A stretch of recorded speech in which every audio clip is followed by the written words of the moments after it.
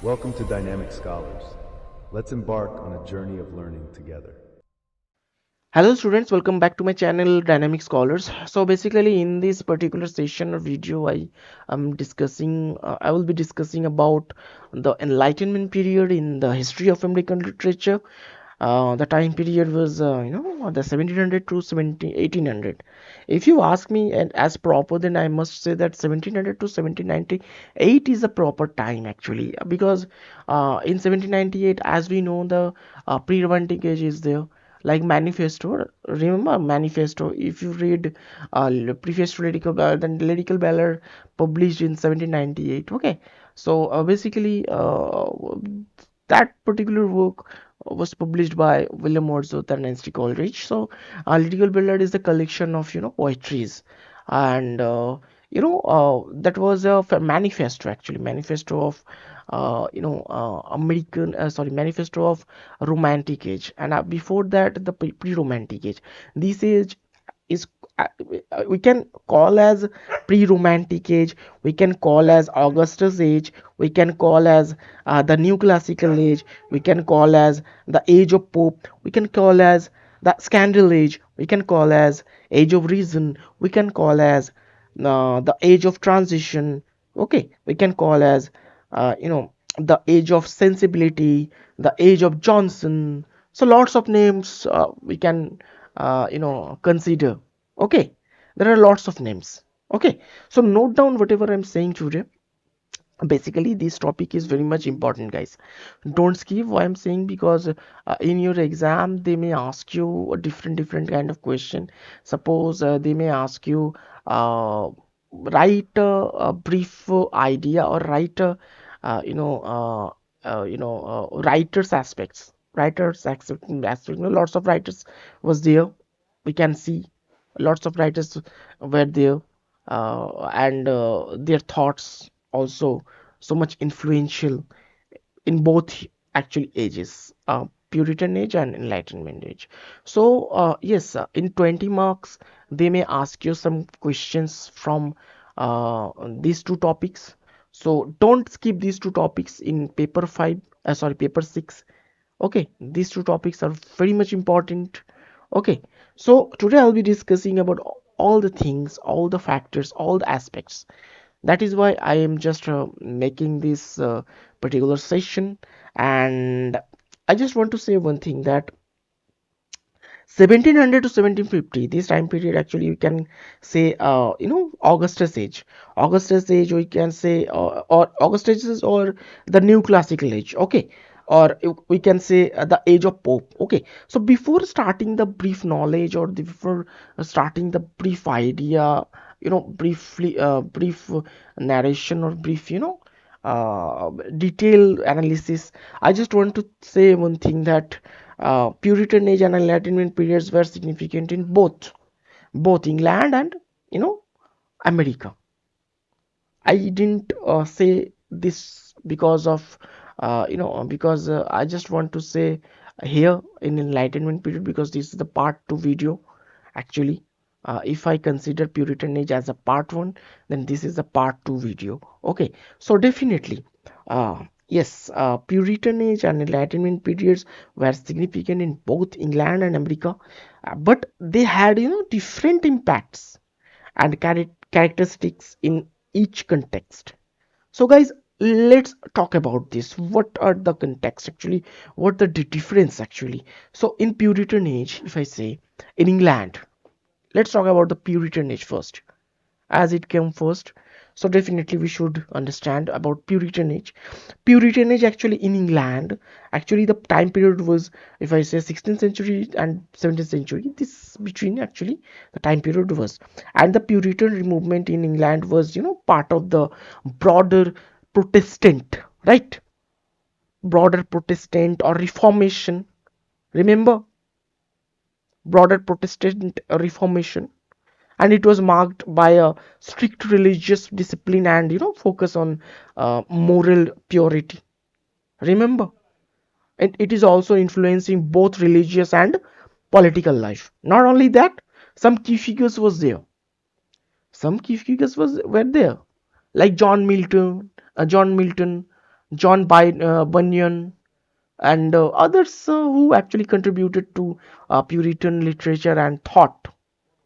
And one more important point we need to understand that the Puritan ethos influenced the English Civil War and establishment of the Commonwealth under Oliver Cromwell. This is important, guys. You need to understand the history, because you don't know about the history, then you can't get a brief knowledge about this, and you can't get a detailed knowledge, or you can't write a particular aspect in your exam paper. So yes, you need to understand the history. History is very much important for these two time period.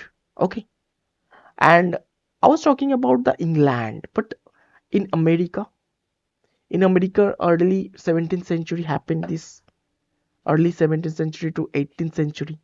Okay, early 17th century to 18th century timeline. You should note down the timeline. Basically, in America, in England, it happened in between 16th to 17th century, and in America, 17th to 18th century. Okay, so basically, Puritans in America were, primarily among the, early early settlers of New England, and their values of beliefs were foundational in shaping the early American colonies. Not only that, figures like Cotton Mather and Jonathan Edwards, who were prominent in shaping in the religious and moral character of colonial America. Okay, if you read history of American literature, then you will get this kind of names, this kind of history, Puritan and Enlightenment periods history. Okay, and also we can see the impact, like Puritanism deeply influenced early American society, including its literature, education, and governance. So I was talking about Puritan age. So let's talk about the Enlightenment period. In England, if I say, the time period was late 17th century to 18th century. Understand? Late 17th century to 18th century, the Enlightenment period in England. Okay, and some characteristics was there, like the Enlightenment in England was characterized by a focus on reason, science, and skepticism. Skepticism, skepticism, skepticism of traditional authorities. And it was a period of significant intellectual and cultural development. Not only that, some key figures were there, like philosophers and writers such as John Locke, Isaac Newton, and David Hume. These are very much influential workers, literary workers in that particular time in England. And the Enlightenment actually led to advances in science, political theory, and philosophy. And also it was influencing both public and intellectual life. Okay, so basically in America, if I say, it was I was talking about in England, but if I talk about the in America, then the timeline was 18th century, overlapping with the later part of the Puritan period, right? Overlapping, there was a overlap. You understand? You need to understand the overlappings. It is also important aspect. The Enlightenment in America was influenced by European thinkers, but also adapted to the American context. Okay, so it actually uh, reason, emphasized reason, library, and the scientific method, and also it was contributing to the development of American political and social aspects, social ideas. Okay, so some key figures. and some writers was there like Benjamin Franklin, Thomas Paine, and Thomas Jefferson. You can get these writers in your SLM too. I will discuss about this one by one and among others. Okay, the Enlightenment played a crucial role, guys.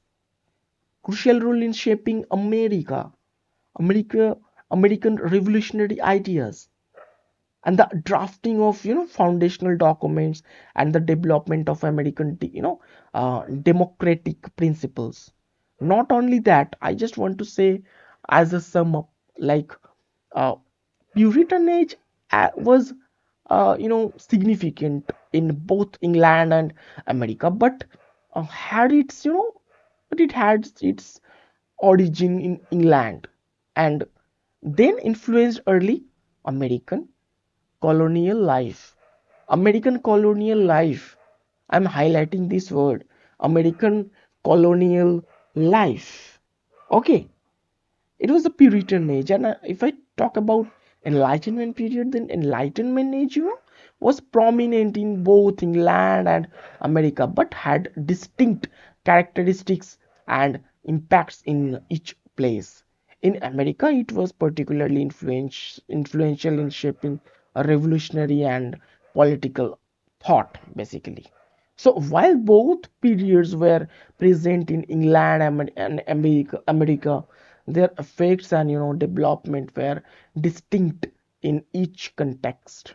Not only that, reflecting the uh, unique social, political, and cultural dynamics of the time, the basically times. Okay, so we need to understand there are lots of names in Enlightenment period. I've already discussed, like Augustan age, New Classical age, Age of Pope, Age of Transition, Pre-Romantic age, the Age of Sensibility, the Age of Johnson. So basically, I would like to divide into two parts. First, I'm drawing here. Understand what I'm saying. You can write down in your notebook. 1700, just understand, 1700 to 1750 and 1750 to 1798. I'm just counting 1798 until 1798. Okay, so basically these two time periods are very much crucial, vital, important time period, because in 1700 to 1750 we can say it as a Augustan age, the New Classical age, the Age of Pope. But in 1750 to 1798 we can call as the Age of Transition, the age of the Puritan sorry, the pre-romantic age, the pre-romantic age, the Age of Sensibility, the Age of Johnson. Okay, I hope you understand me what I'm saying. So basically, in 1700 to 1750, what happened there? You need to understand what happened in. I'm just sharing an idea of history. What happened in this time period? In 1700 to 1750, an Augustan age, or in the New Classical age, if I call as the Age of Pope, then in this time period, classical works means, I mean to say, Roman and Greek works, classical works or Roman and Greek works. Okay, these works are very much influenced. Not only the writers of this period imitated the classical Roman writers like that, basically the King Augustus time I'm talking about, King Augustus time, okay, time period. When King Augustus was king of Rome, Roman writers wrote their works. Just understand. I'm just sharing a factor, okay, new classical factor, factors. when actually Augustus, King Augustus, was king of Rome. Roman writers wrote their works. Later, poets are also inspired and wrote their works. Therefore, poets wrote their work in the different way, with a different style in this age particularly. So, and this age named as New Classical Age. Did you get me? New Classical Age. Okay. Why this age called as the Age of Pope? This is also a question. Because Alexander Pope was the major writer. Alexander Pope, all we know, Alexander Pope was the major writer of this time, and he actually, dominate this age, guys. Yes, this is. He wrote prose as well as poetry. If you read all the works of Alexander Pope in your graduation, then you can understand why I'm saying satire was very much popular in this age. And poets used attack their competitor by satire. Like, I will attack you with my satire, you will attack me with your satire. Satire to satire. No, satire was satire. Okay. So basically satire was very much popular in this age. And poets used to attack their competitor by satire. Mock epic was there, guys. Mock epics was a form of work which was also type of satire.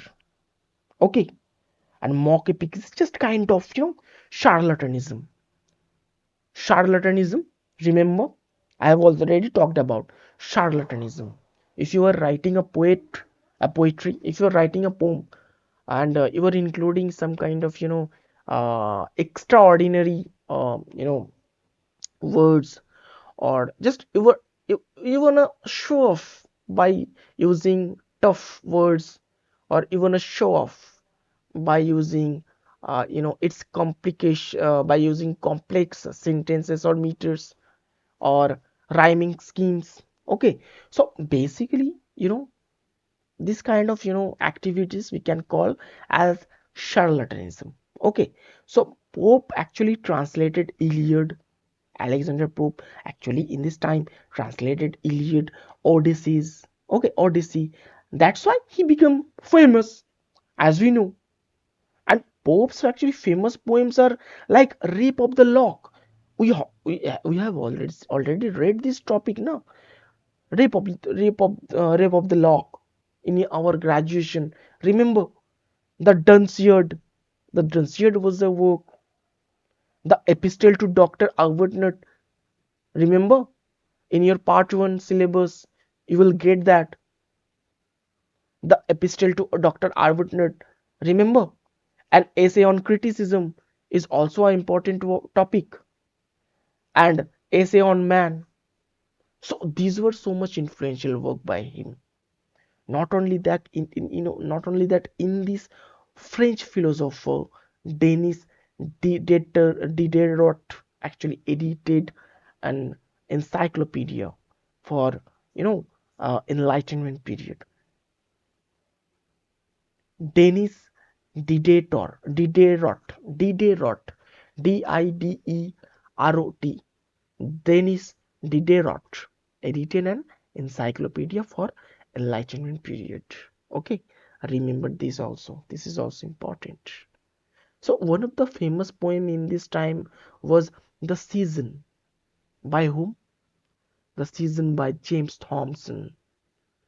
Okay, if I talk about the drama aspects, then you know famous writers like Richard Steele and George Lillo. Richard Steele, Steele, Richard Steele and George Lillo wrote tragedies, and in this time low comedy was very much popular. In this time, you know pantomime, I'm writing this term, pantomime. Wait, pantomime, pantomime.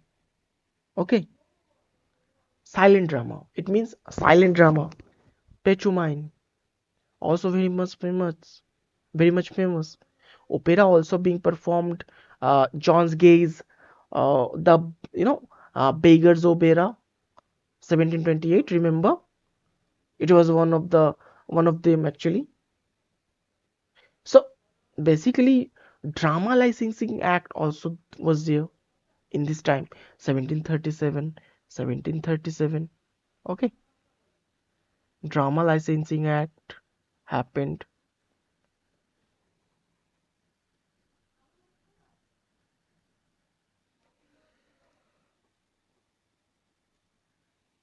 1737 Drama Licensing Act. Yes, it is very much important. Why? Because lots of writers actually turned into their, present genres. So that is why Drama Licensing Act is very much important. Because of Drama Licensing Act, writers started writing prose. Because lots of dramas were, if I say, those are actually useless dramas. Okay, so people are started writing like anything, whatever they started thinking. So there was no, there were no moral, no ethics. That is why the Drama Licensing Act came. Okay, periodical journal we can see in this time period. In this time, actually, periodical journal was very much popular. Richard Steele, I'm writing here. Steele. Richard Steele actually, Richard Steele launched a periodical journal, the Tatler. The Tatler.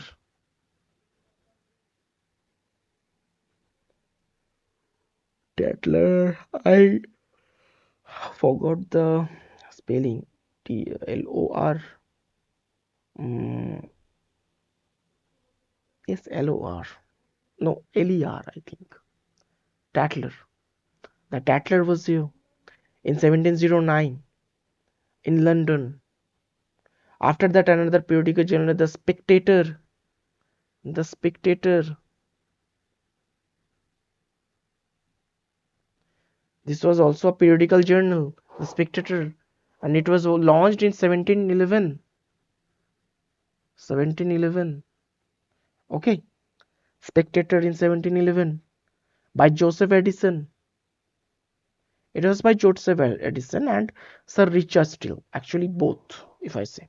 Sir Richard Steele and Joseph Edison. Okay, so Samuel Johnson was also launched a periodical journal in this time, which was The Rambler. The Rambler. Sorry, The Rambler. Samuel Johnson. It was a journal by Samuel Johnson and novels, if I say, uh, novels, actually, if I talk about novels, then definitely, you know, uh, in this time, uh, Andrew Andrew Morton, was very famous for for his novels. Andrew Morton was a pseudonym actually used by Daniel Defoe. Remember this? Daniel Defoe. Okay, this is the actual name, and the pseudonym was Andrew Morton.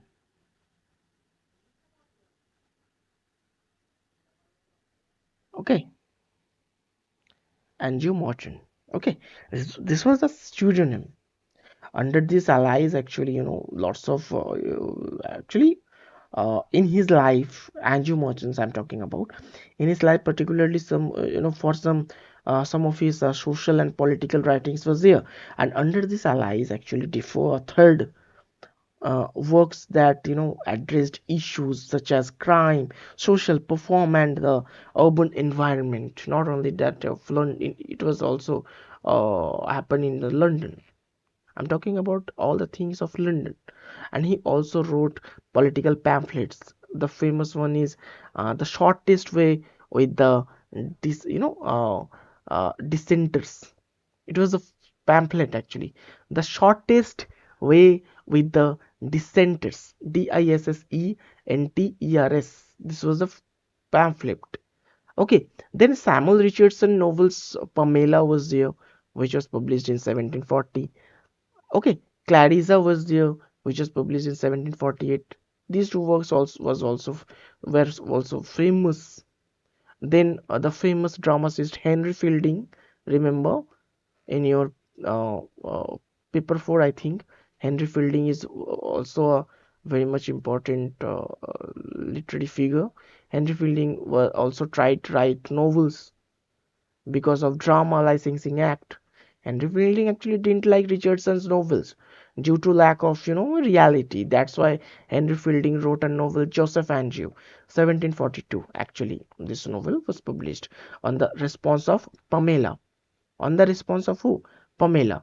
After that, on the response of Clarissa, he wrote another novel named Tom Jones, which was published in 1749. We all are already aware, familiar of this work, Tom Jones. Okay, so then Tobias Smollett wrote his work, novel named Adventure of something Roderick, Adventure of Roderick Random, and most probably this was published in 1749, 1750, no, 1748, 1748.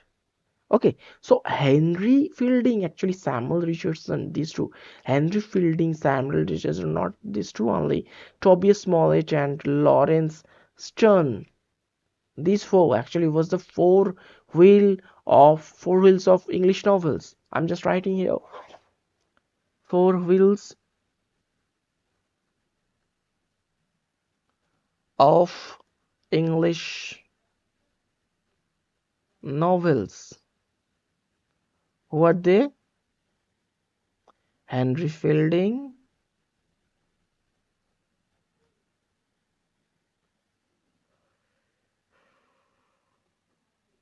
Henry Fielding, Samuel Richardson,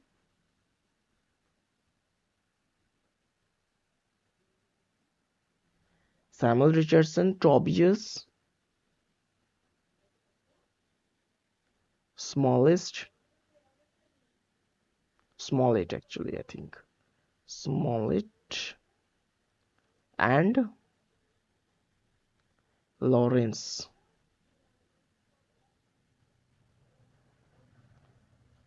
Lawrence Stern. Okay, four wheels of English novels. Basically, four wheels of English novels. If anyone is asking you what is four wheels of English novel, then you must recommend these two four names. Okay, remember this. So basically, these are the four wheels of English novels. Okay. So in satire, Jonathan Swift was famous, in that time period, and famous works. If I say A Tale of a Tub, which was published in 1704, Gulliver Travels. Remember, guys, Gulliver Travels, 1726. A Modest Proposal, which was published in 1721.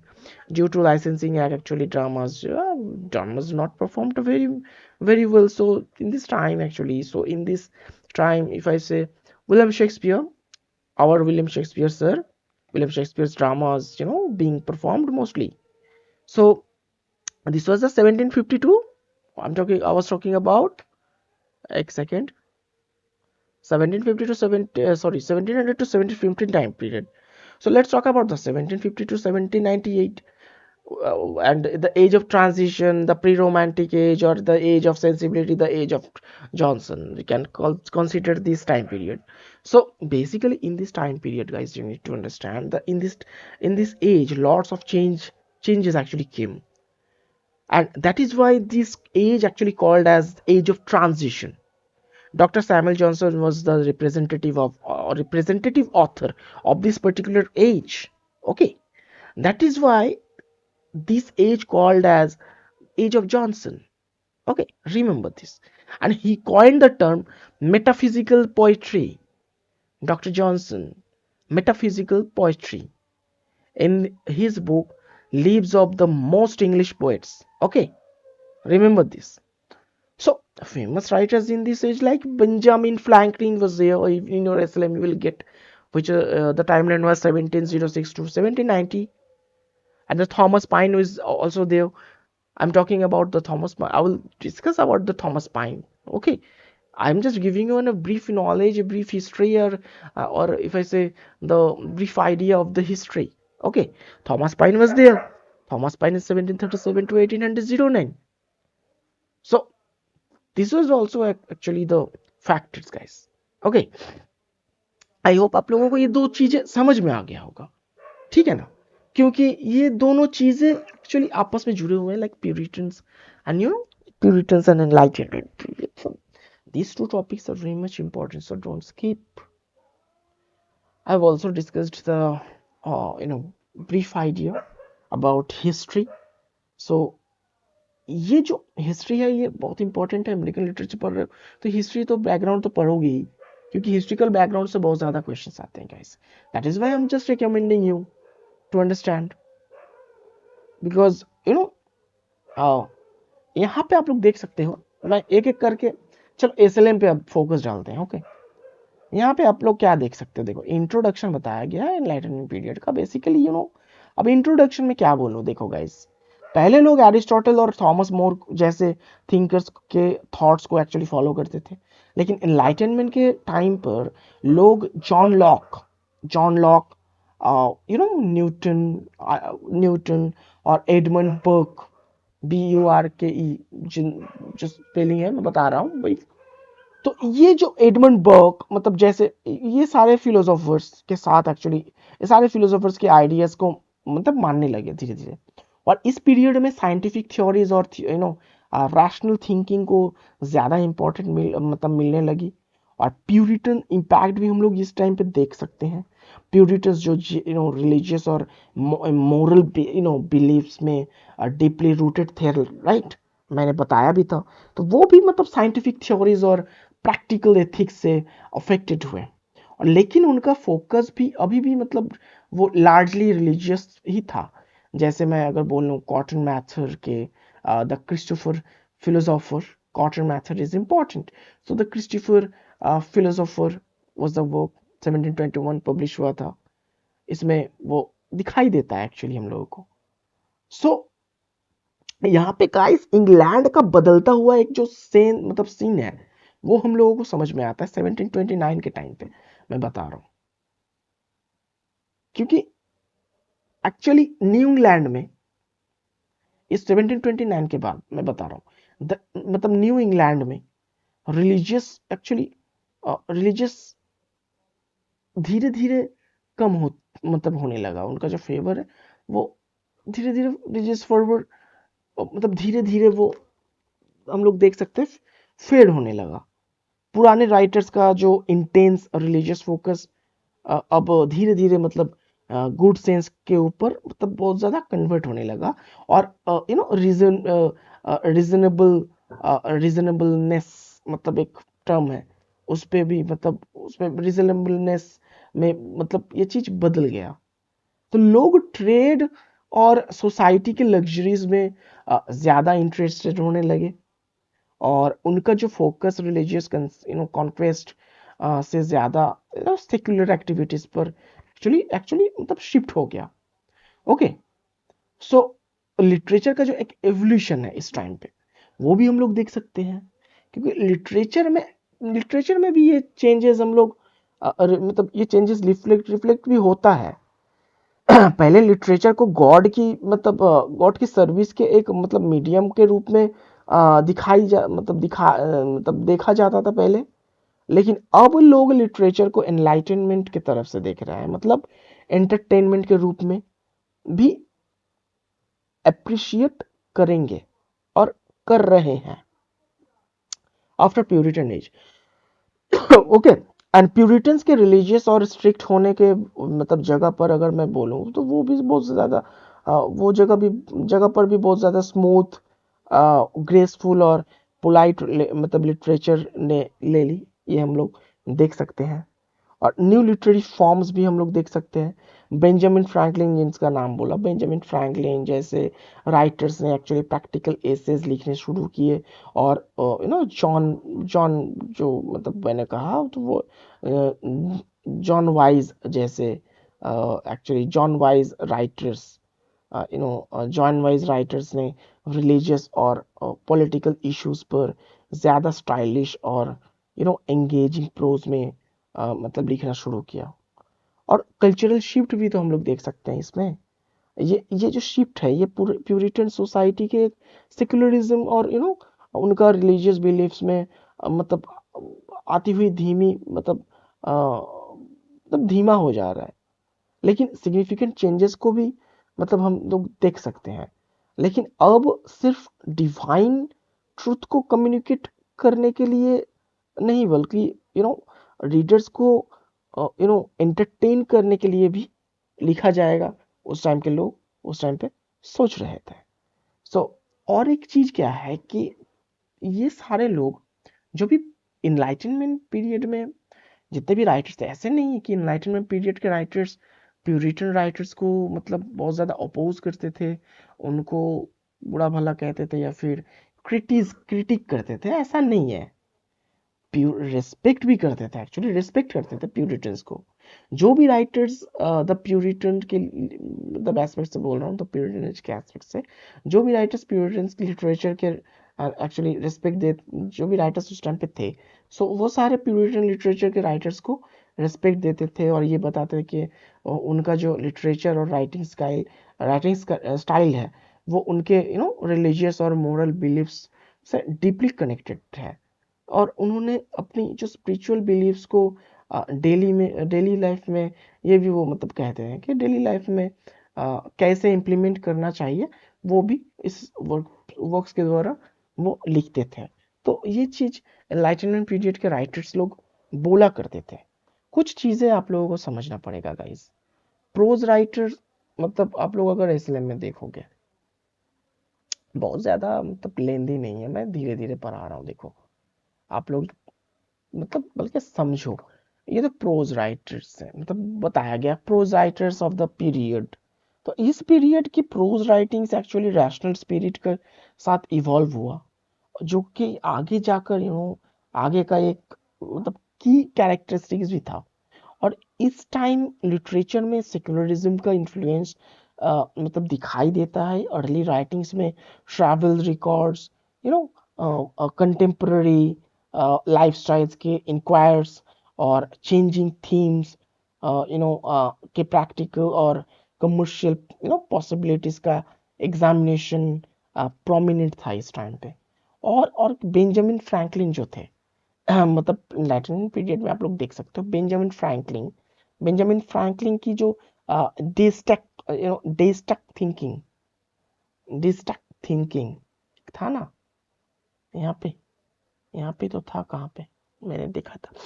तो district thinking, DEISTIC, district thinking और पैराग्मेटिक approach इस changing scenario के नए benefits, नए beliefs को actually नए beliefs और interest का एक इन्फ्लेक्शन भी था।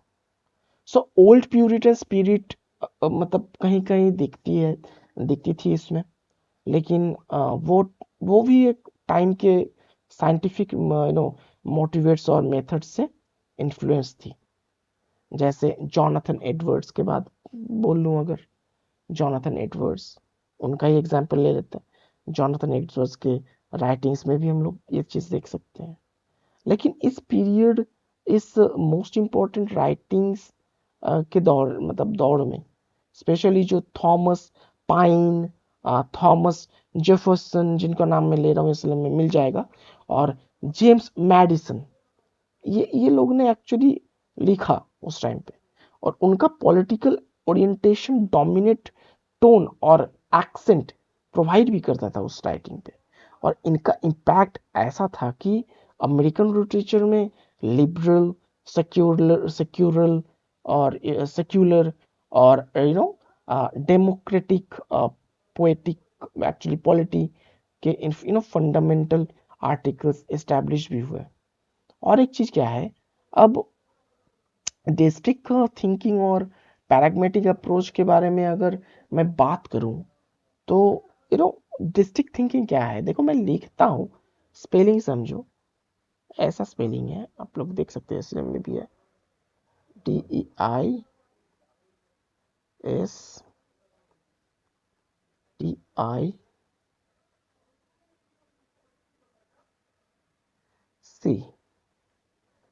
डिस्ट्रिक्ट थिंकिंग के बारे में बोल रहा हूँ। तो डिस्ट्रिक्ट थिंकिंग मतलब एक ऐसा एक्चुअली बिलीफ सिस्टम जिसमें ये माना जाता था कि गॉड ने दुनिया को क्रिएट किया, ओके, लेकिन उसके बाद उसमें एक्टिवली इंटरवीन नहीं करता गॉड खुद। यानी कि मैं कहने का ये कोशिश कर रहा हूँ कि गॉड ने यूनिवर्स को बनाकर उससे यू नो उसके नेचुरल लॉज के अकॉर्डिंगली मतलब चलने दिया। सो डेइज्म, डेस्टिक जो आया वो डेइज्म, डेइज्म में मिरेकल्स या डिवाइन इंटरवेंशन इन सब में बिलीफ नहीं होता था, तब कोई बिलीफ नहीं है इसमें। और रीजन और ऑब्जर्वेशन से गॉड एग्जिस्टेंस को एक्चुअली समझा था जाता था उस टाइम पे, ठीक है, इस पर्टिकुलर सेंस में मैंने बताया। अब पैराग्मेटिक अप्रोच क्या था? पैराग्मेटिक अप्रोच का मतलब है प्रैक्टिकल और इफ आई से रिजल्ट ओरिएंटेड सोच जो थिंकिंग है। सो पैराग्मेटिज्म pragmatism इसमें एक्चुअली थ्योरीज और आइडियाज को उनके प्रैक्टिकल अप्रोचेस और एप्लीकेशंस और आउटकम्स के बेसिस पर जज किया जाता था, rather देन उनके एब्स्ट्रैक्ट प्रिंसिपल्स या फिर आइडियलिज्म पर मैं अगर बात करूं तो। यानी कि जो चीज यू नो काम करती है और प्रैक्टिकल रिजल्ट देती है उससे ज्यादा वैल्यू दी जाती है, उसे मतलब ज्यादा वैल्यू यहाँ पे दिया जाता है बेसिकली।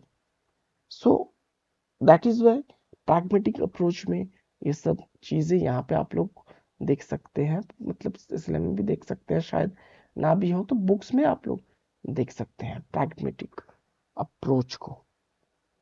अब हम बात करते हैं कुछ राइटर्स यहाँ पे, देखो जैसे कि विलियम बेर्ड टू के बारे में अगर बोलूं, इनका टाइमलाइन 1674 टू 1744 था ना।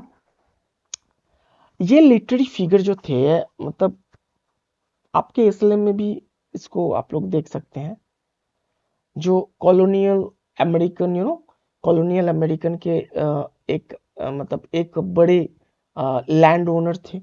और बेर्ड जो है बेर्ड का ज्यादा वक्त इंग्लैंड में मतलब गुजरता था।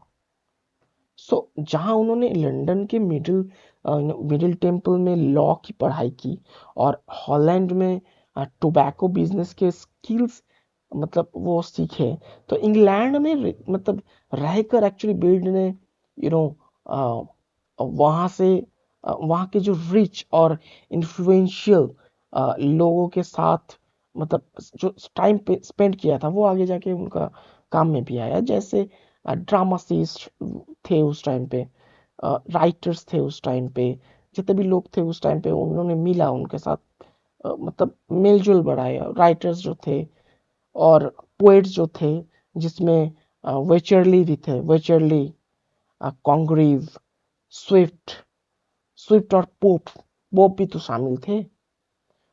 इस वजह से मतलब जब बियर्ड एक्चुअली 1705 में वर्जीनिया वापस आए तो उन्होंने एक्चुअली रेस्टोरेशन इंग्लैंड के कुछ डोमिनेंट वैल्यूज अपनी कॉलोनीज में भी इंपोर्ट कर लिया। ये जो मतलब विलियम ब्रीड है, विलियम ब्रीड रॉयल सोसाइटी के मेंबर थे और उनके लिखे हुए मतलब थीम्स, अगर मैं बोलूं लिखे हुए थीम्स के बारे में मैं बोल रहा हूँ, देखो लिखे हुए थीम्स थीम्स में एक्स्ट्रा एक्सप्लोरेटरी एंड एम्पिरिकल सोच का एक इफेक्ट भी दिखाई देता है गाइस इफ यू रीड। और उनका जो एक वर्क था the history of dividing line, the history of dividing line, देखिए ये वाला मैं बता रहा हूँ, मैं यहाँ पे पूरा एक ब्रीफ नॉलेज आप लोगों को दे रहा हूँ। The history of dividing line जो है ना, the history of dividing line जो कि वर्जीनिया और नॉर्थ कैरोलिना के बीच में बाउंड्री का एक मैप करने के बारे में है एक्चुअली। सो जिसमें वो कमीशन के मेंबर थे, कमीशन के मेंबर थे, कौन सा commission, a progress of to the mines journey to the land England, okay. जो वर्जीनिया और नॉर्थ कैरोलिना के बीच में एक्चुअली बाउंड्री का मैप, बेसिकली अगर मैं बोलूं मैप करने के बारे में वो था, तो जिसमें वो कमीशन के मेंबर थे। और ये जो कमीशन है अब प्रोग्रेस ऑफ द माइंस आप लोग देख सकते हैं, ये वाला, ठीक है, ये वाला पोर्शन तो बीट के वर्जीनिया के एक मतलब आयरन माइंस को आयरन माइंस के विजिट का एक रिकॉर्ड भी है। और ये और अगर बोलूं a journey to the London Eden, जैसे कि आप लोग यहाँ पे इस लाइन को देख सकते हो, a journey to the the land of Eden, basically ये जो है नॉर्थ कैरोलिना के विजिट का एक रिकॉर्ड है।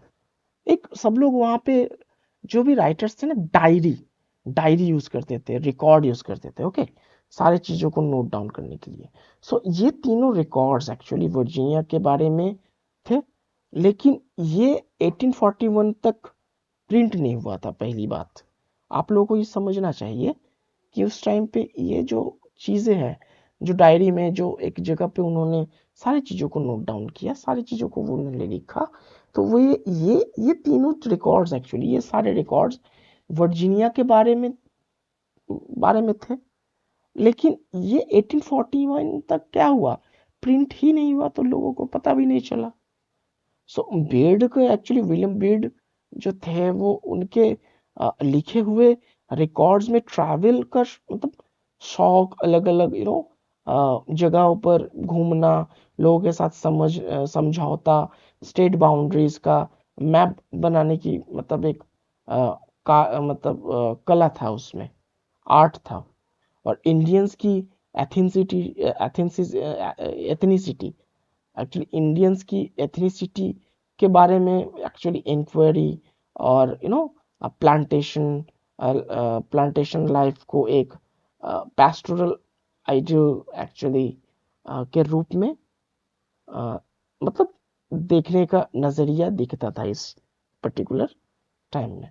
और ये सब ट्रेड्स गाइस उनका उनके लिखे हुए रिकॉर्ड्स में नजर भी आते हैं, अगर आप लोग ये रिकॉर्ड्स अगर पढ़ो एक्चुअली।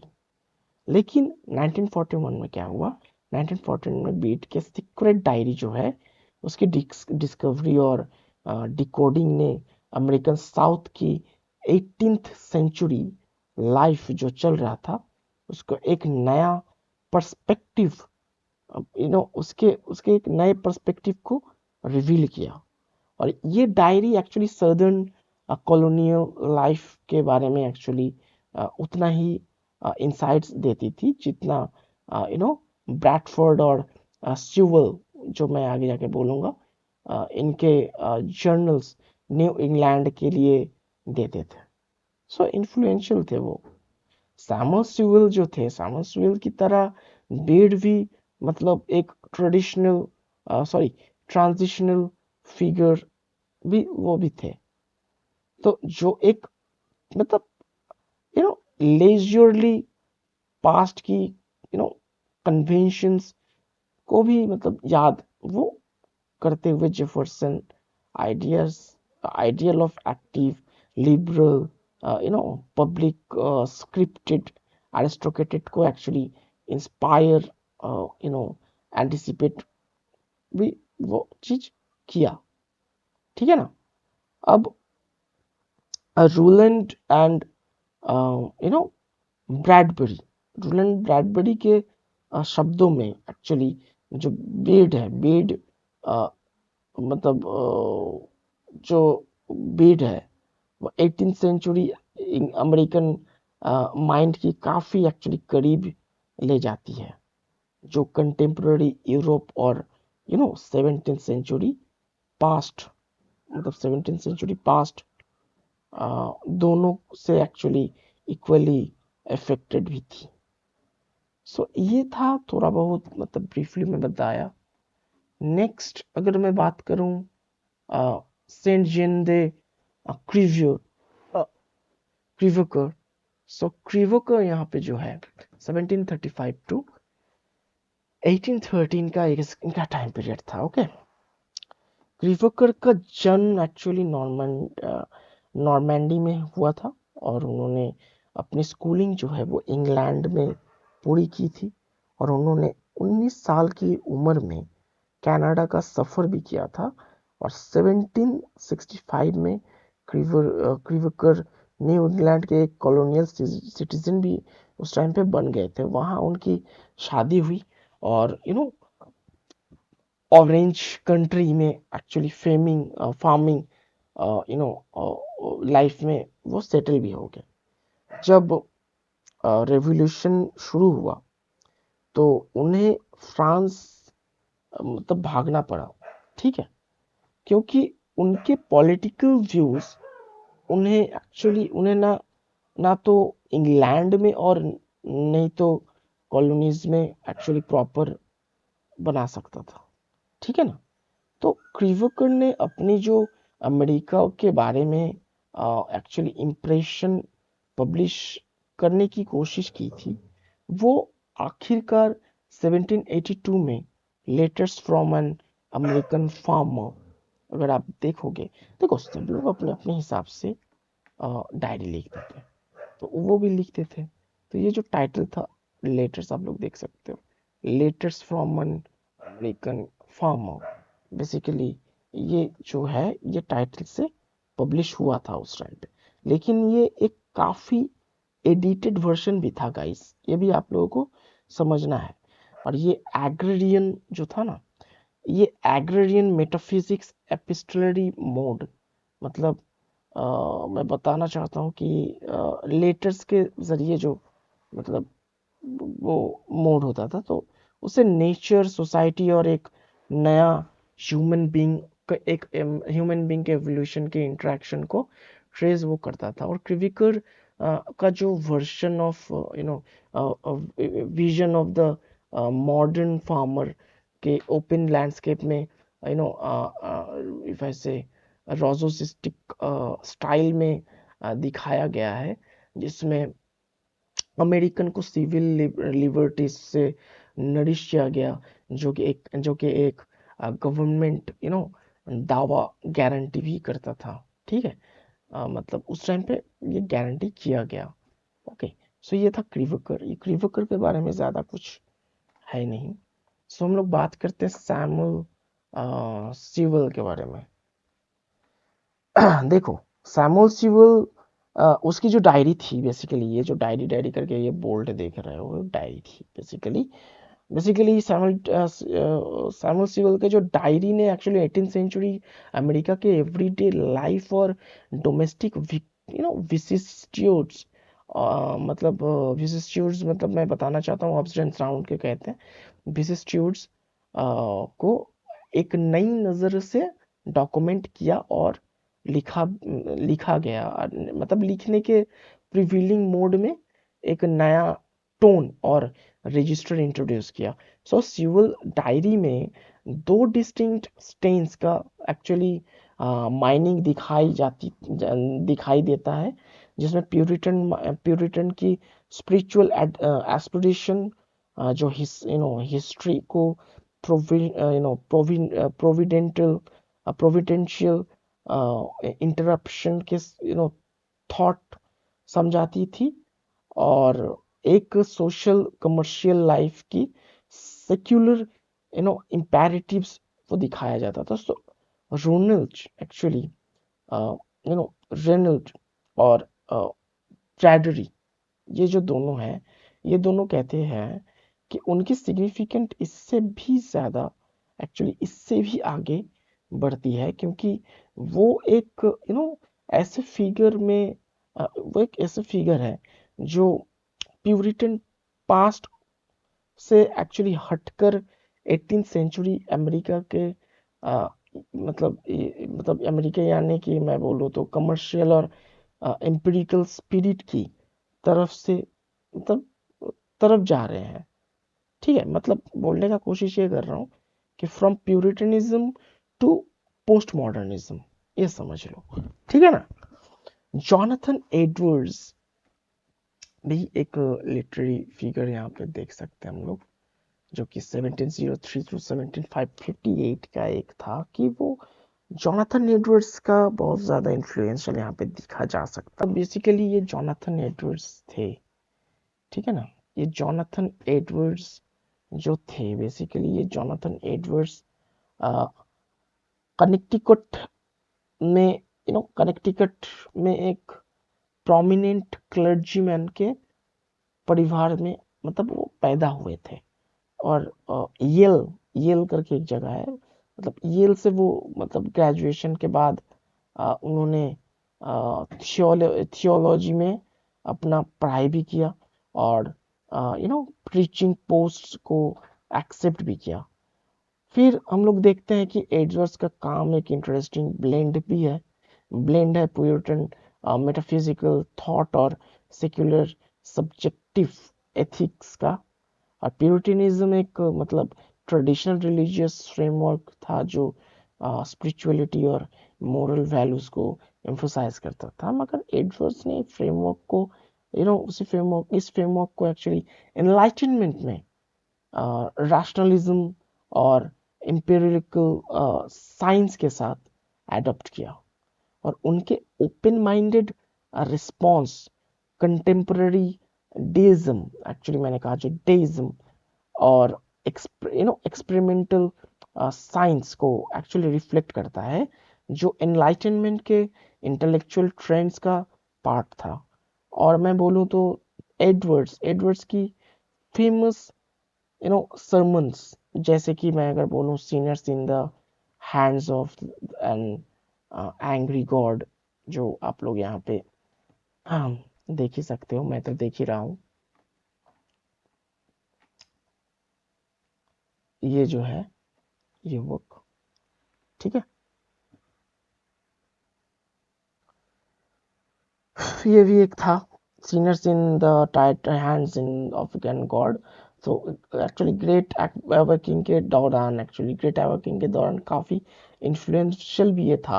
और ये सरमन्स एक्चुअली इमोशनल इंटेंसिटी और डेली लिविंग के रूट्स को हाईलाइट भी करता था, जो एक रिविलिस्ट मूवमेंट एक्चुअली रिविवलिस्ट मूवमेंट को पुश भी करता था।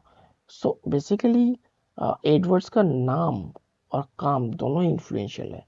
एडवर्ड्स का काम एक तरफ से प्यूरिटन फर्वर को मेंटेन वो करता है, और दूसरी तरफ मॉडर्न रैशनल और एम्पिरिकल आइडियाज को भी वो इनकॉर्पोरेट करता है।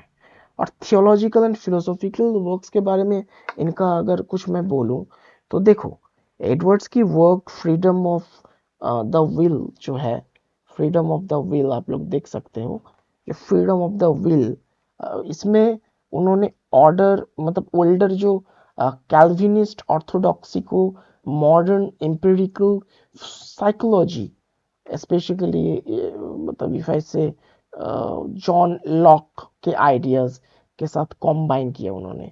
लॉक के एम्पिरिकल साइकोलॉजी और एडवर्ड के थियोलॉजिकल पर्सपेक्टिव को एक्चुअली इंटीग्रेट करते हुए उन्होंने फ्री विल और मोरल रिस्पॉन्सिबिलिटी के कंसेप्ट को एक्सप्लेन भी किया। नॉट ओनली दैट गाइस, ये अप्रोच उनकी थिंकिंग को एनलाइटनमेंट के इंटेलिजेंट डिस्क्लोजर एक्चुअली डिस्कोर्स के साथ कनेक्ट भी करता है।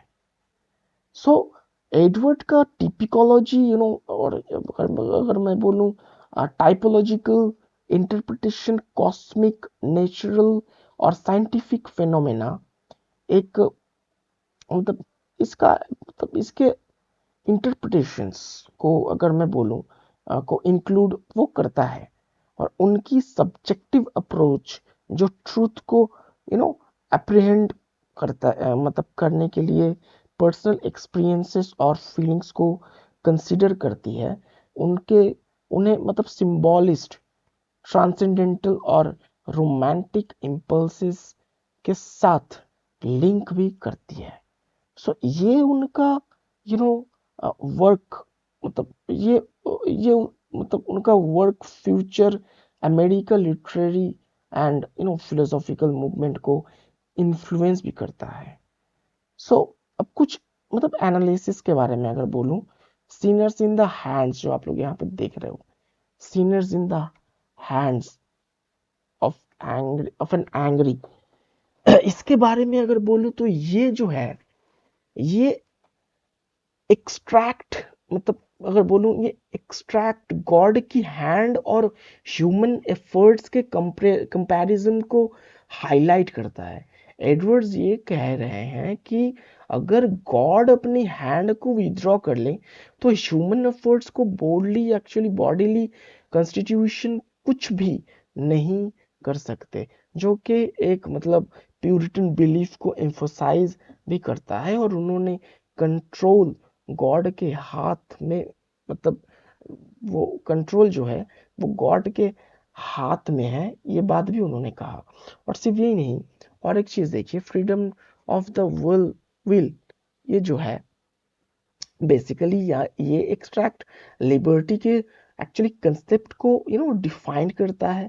कंस्ट्रेंट्स और रिस्ट्रेन को डिफरेंशिएट करते हैं। वे एडवर्ड्स डिस्कस करते हैं कि ट्रू लिबर्टी को अंडरस्टैंड करने के लिए एक पर्सन के विल होना चाहिए, विल होना जरूरी है।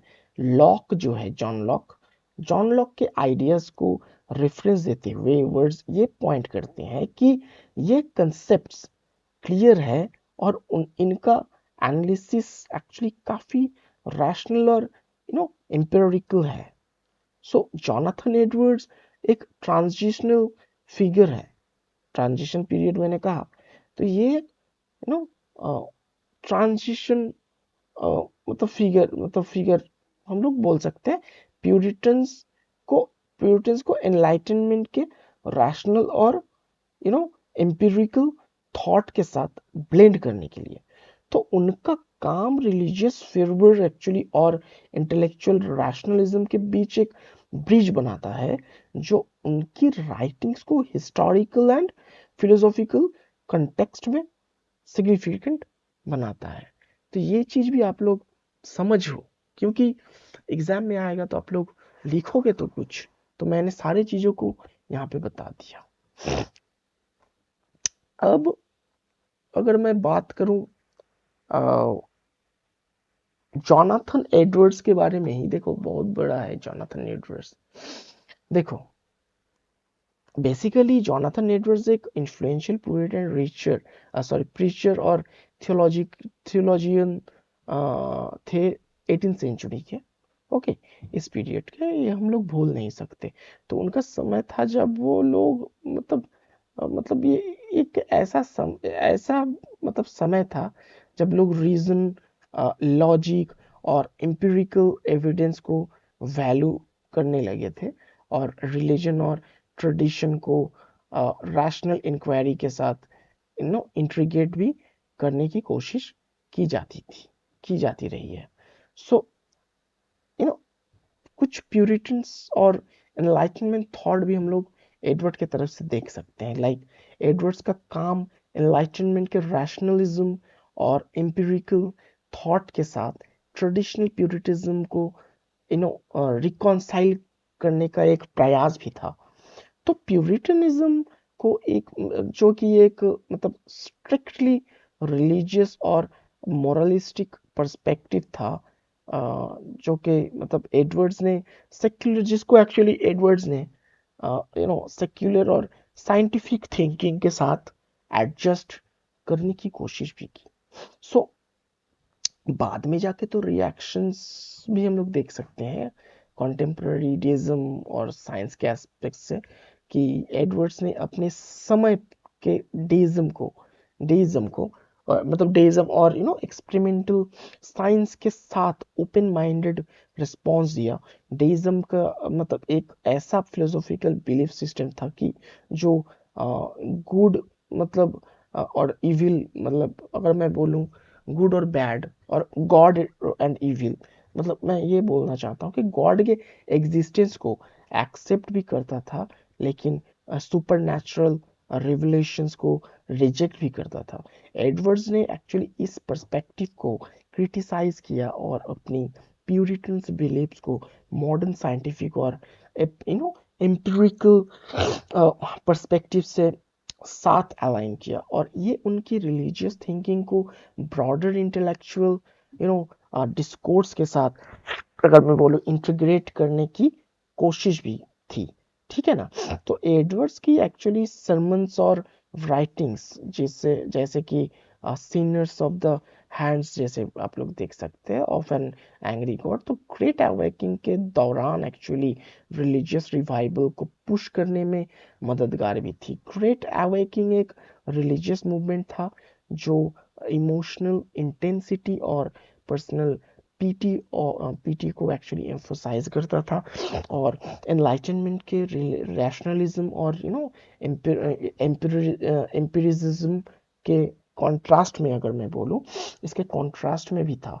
तो एडवर्ड्स का काम ये शो करता भी है कि वो एक तरफ तो एनलाइटनमेंट के रैशनल आइडियाज से इन्फ्लुएंस थे, लेकिन दूसरे तरफ से उन्होंने ट्रेडिशनल रिलीजियस फर्बर और प्यूरिटन जिल को भी एक्चुअली मेंटेन रखा। तो ये बहुत इंपॉर्टेंट है। और एम्पिरिकल साइकोलॉजी के एस्पेक्ट्स में मैं अगर बोलूं कि इंटीग्रेशन ऑफ एम्पिरिकल साइकोलॉजी के एस्पेक्ट्स में, तो in freedoms of the devil of will, basically of the will जो है, वो एडवर्ड्स ने जॉन लॉक की एम्पिरिकल साइकोलॉजी को प्यूरिटन थियोलॉजी के साथ इंटीग्रेट करने की कोशिश की। लॉक का एक्चुअली एम्पिरिकल अप्रोच, एडवर्ड्स के थियोलॉजिकल पर्सपेक्टिव, दोनों को कंबाइन करते हुए एडवर्ड ने मैन्स फ्री विल और मोरल रिस्पॉन्सिबिलिटी के कंसेप्ट्स को एक्सप्लेन्स भी किया। ठीक है, एक्सप्लेन किया। और एडवर्ड्स की राइटिंग और थॉट, बेसिकली उनके इन्फ्लुएंस के बारे में अगर बोलूं बाद में जाके, उनके थॉट और उनके इन्फ्लुएंस, तो एडवर्ड की राइटिंग्स और थॉट प्रोसेस ने सब्सिक्वेंट अमेरिकन फिलोसोफर और फिलोसॉफिकल और लिटरेरी मूवमेंट जैसे कि ट्रांसेंडेंटलिज्म मैं बता रहा हूँ एंड रोमांटिसिज्म को एक्चुअली इन्फ्लुएंस किया उस टाइम पे। और उनकी टिपिकल और सब्जेक्टिव अप्रोच जो नेचर और कॉस्मिक फेनोमेना के इंटरप्रिटेशंस को एक्चुअली इंक्लूड करती है, उन्होंने लेटर रोमांटिक और ट्रांसेंडेंटल राइटर्स के साथ वो कनेक्ट भी करती है। ठीक है ना। तो आई होप पूरा आप लोग इसके बारे में समझ गए होंगे। अब बात करते हैं बेंजामिन के बारे में। देखिए, Benjamin Franklin is also important. 1709 to 1790, 1706 to 1790 जो टाइम पीरियड है, ये हम लोग देख सकते हैं, और उनकी जो कंट्रीब्यूशन है उसको भी हम लोग नहीं भूल सकते हैं। लाइक डिडक्टिक और रैशनल प्रोज, अगर मैं बोलूं, उसके पर्सपेक्टिव से देखा जा सकता है। मैटेरियलिज्म और सोशल एल्ट्रुइज्म के बारे में भी हम लोग जान सकते हैं। जे हेक्टर सेंट जेन डेक्लेव क्रेविकर का जो एक इन्फ्लुएंस था, उसके फैक्टर में भी ये मतलब एस्पेक्ट में भी हम लोग देख सकते हैं। कैल्विनिस्ट रूट्स के एडप्शन में भी हम लोग देख सकते हैं। तो देखो, एक एक करके समझाता हूँ गाइस। डिडक्टिव और रैशनल प्रोज के बारे में मैंने क्यों कहा, क्योंकि बेंजामिन फ्रैंकलिन एक प्रमुख डिडक्टिव मतलब राइटर थे, उस मतलब जो अपनी रैशनल प्रोज के लिए जाने जाते थे उस टाइम पे। और उनके लिखने का जो मकसद था मेन, सामाजिक मतलब सोशल और मोरल प्रिंसिपल्स को एक्चुअली सिखाना था। ओके। तो समाज के मतलब जो भी मतलब चीज मतलब उसको सुधार में ये बहुत ज्यादा हेल्प कर रहे थे। और उनका मैटेरियलिज्म के एक जनरल डेस्टिक बिलीफ को रिफ्लेक्ट भी मतलब करता था कि वो जो कहते हैं कि अगर हम मतलब अगर रीजन और दुनिया के प्रेजेंट मोमेंट पर ध्यान देंगे तो हम सोशल एल्ट्रुइज्म को एक्चुअली मतलब हम लोग अचीव कर सकते हैं, जो दुनिया की सबसे अच्छी एक्चुअली सेवा हो। मतलब अगर मैं बोलूं, एक बहुत अच्छा डिवाइन वर्क भी है, ठीक है ना। तो ये थॉट्स उनके थे। मैटेरियलिज्म और सोशल अल्ट्रुइज्म की मैंने क्यों कहा, अल्ट्रुइज्म के बारे में इसलिए कहा कि फ्रैंकलिन का मैटेरियलिस्टिक मतलब मैटेरियलिज्म इज डायस्टिक बिलीफ को यू नो बहुत ज्यादा मतलब शो करता था। और उनका मानना था कि प्रैक्टिकल नॉलेज और दुनिया की चीजों पर ध्यान देना सोशल मतलब गुड के मतलब रास्ते को मतलब बहुत ज्यादा ओपन करता है। और सिर्फ वो ही नहीं, उनकी सोच मतलब ये भी थी कि उनके सोच का जो परिणाम हुआ बाद में जाके परिणाम बहुत अच्छा भी हुआ, बहुत सारा इन्फ्लुएंशियल चीजें भी वहां पे हुई। और उनकी जो अ, एक मतलब अगर मैं बोलूं, उनका जो थॉट प्रोसेस था, उनका एक बहुत ही इम्पोर्टेंट फैक्टर भी हम लोग देख सकते हैं। एक मतलब अगर मैं बोलूं अ, मतलब ट्रूथ मतलब उनकी जो सिविल वर्ड एकेडमिक इंस्टीट्यूशन को मतलब उन्होंने स्थापित किया था ना, स्थापित करने की कोशिश में वो मतलब जो कोशिश किया था उसमें भी वो झलक एक्चुअली हम लोगों को देखता है, बहुत ज्यादा अच्छे से दिखता है, जो उनके एक्चुअली लिबरल वैल्यूज को सपोर्ट भी करते हैं, ठीक है ना। अब जे हेक्टर सेंट जेन दे क्लेवर जो है मतलब क्रीवेकर का जो इफेक्ट मतलब मैंने बताया, तो क्यों बताया, फ्रैंकलिन की जिंदगी और उनके इंटरेस्ट जो है वो एक्सपेरिमेंटल और यू नो इंटरप्रेटियल एटीट्यूड को एक्चुअली दर्शाते हैं। जो एक्चुअली जो क्रिविकर जो है उनके उनके द्वारा दिए गए डिस्क्रिप्शन के साथ भी मिलता है। तो क्रिविकर ने अमेरिकन्स को एक ऐसे लोगों के रूप में बेसिकली स्केच किया जो अपने पुराने प्रेजुडिसेस और मैनर्स को छोड़कर एक्चुअली नए प्रिंसिपल्स और आइडियाज को वो बेसिकली एक्सेप्ट करते हैं, जो उनका जो नया इन्वायरमेंट और गवर्नमेंट से मतलब इफेक्ट होते थे। तो वो भी यहाँ पे हम लोग देख सकते हैं। तो फ्रैंकलिन की जो जिंदगी के में इस बदलाव को एक्चुअली हम लोग देख सकते हैं, जहाँ उन्होंने नए आइडियाज को अपनाया और नए प्रिंसिपल्स को भी उन्होंने अपनाया बेसिकली, ठीक है ना। बाद में जाके अदर राइटर्स जो कि प्यूरिटनिज्म से बहुत ज़्यादा इन्फ्लुएंस्ड थे, एक्चुअली उनके बारे में ही मैं सारे राइटर्स के बारे में ही बोल रहा हूँ कि एक राइटर्स के द्वारा दूसरे राइटर्स कैसे इन्फ्लुएंस हुए। यहाँ पे वही दिया गया, अगर आप लोग टेक्स्ट पढ़ोगे तो वो भी देखोगे आप लोग, ठीक है। उनके ऑटोबायोग्राफिकल का बहुत ज़्यादा मतलब ऑटोबायोग्राफी का बहुत ज़्यादा महत्व उस टाइम पे था। और एडिसन्स के स्टाइल का भी एक प्रभाव था उस टाइम पे, ठीक है। बहुत कुछ आप लोग यहाँ पे देख सकते हो बेंजामिन फ्रैंकलिन में, ऑटोबायोग्राफी में बेसिकली ये जो है ना, इसमें फ्रैंकलिन का जो ऑटोबायोग्राफी है, इसमें जो अम, ये जो लाइन है ना, ये कोटेशन वाला लाइन थोड़ा सा पढ़ लेना आप लोग, बहुत इंपॉर्टेंट है, हाँ। तो ये जो बेसिकली यहाँ से क्वेश्चन भी उठा कर दे सकते हैं, तो ये जो है ये आप लोग पढ़ सकते हैं। इसका देखो ब्रीफ एक नॉलेज बता रहा हूँ। फ्रैंकलिन यहाँ बताते हैं कि उनकी जो पब्लिक की लाइफ शुरू करने से पहले उनका जो विचार मतलब और मोरल्स जो थे, उनका मतलब क्या स्थिति था उस टाइम पे, वही यहाँ पे बताया गया देखो, इस पर्टिकुलर वर्क में मतलब इस पर्टिकुलर कोटेशंस में। और उन्होंने अपने रिलीजियस और मॉरल प्रिंसिपल्स के बारे में भी बताया, जो उनकी figure as a literary figure बहुत ज़्यादा मतलब इन्फ्लुएंशियल भी रहा, और उनके फ्यूचर इवेंट्स को बहुत ज़्यादा इफेक्ट भी किया, ठीक है ना। और रिलीजियस इम्प्रेशन के बारे में बोलूँ तो फ्रैंकलिन का यहाँ पे देखो, यहाँ पे फ्रैंकलिन का मतलब जो मम्मी पापा थे ना, तो उन्होंने एक्चुअली छोटी उम्र से ही रिलीजियस वैल्यूज दी थी।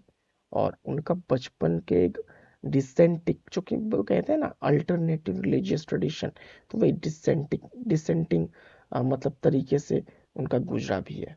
और जब फ्रैंकलिन 15 साल के थे, तो उन्होंने अपने जो थॉट्स है उसको लेकर उनको शक हुआ कि जिसे उन लोगों अलग अलग बुक्स और रिलीजियस डिबेट्स में वो दिखा भी हम लोगों को, ठीक है ना।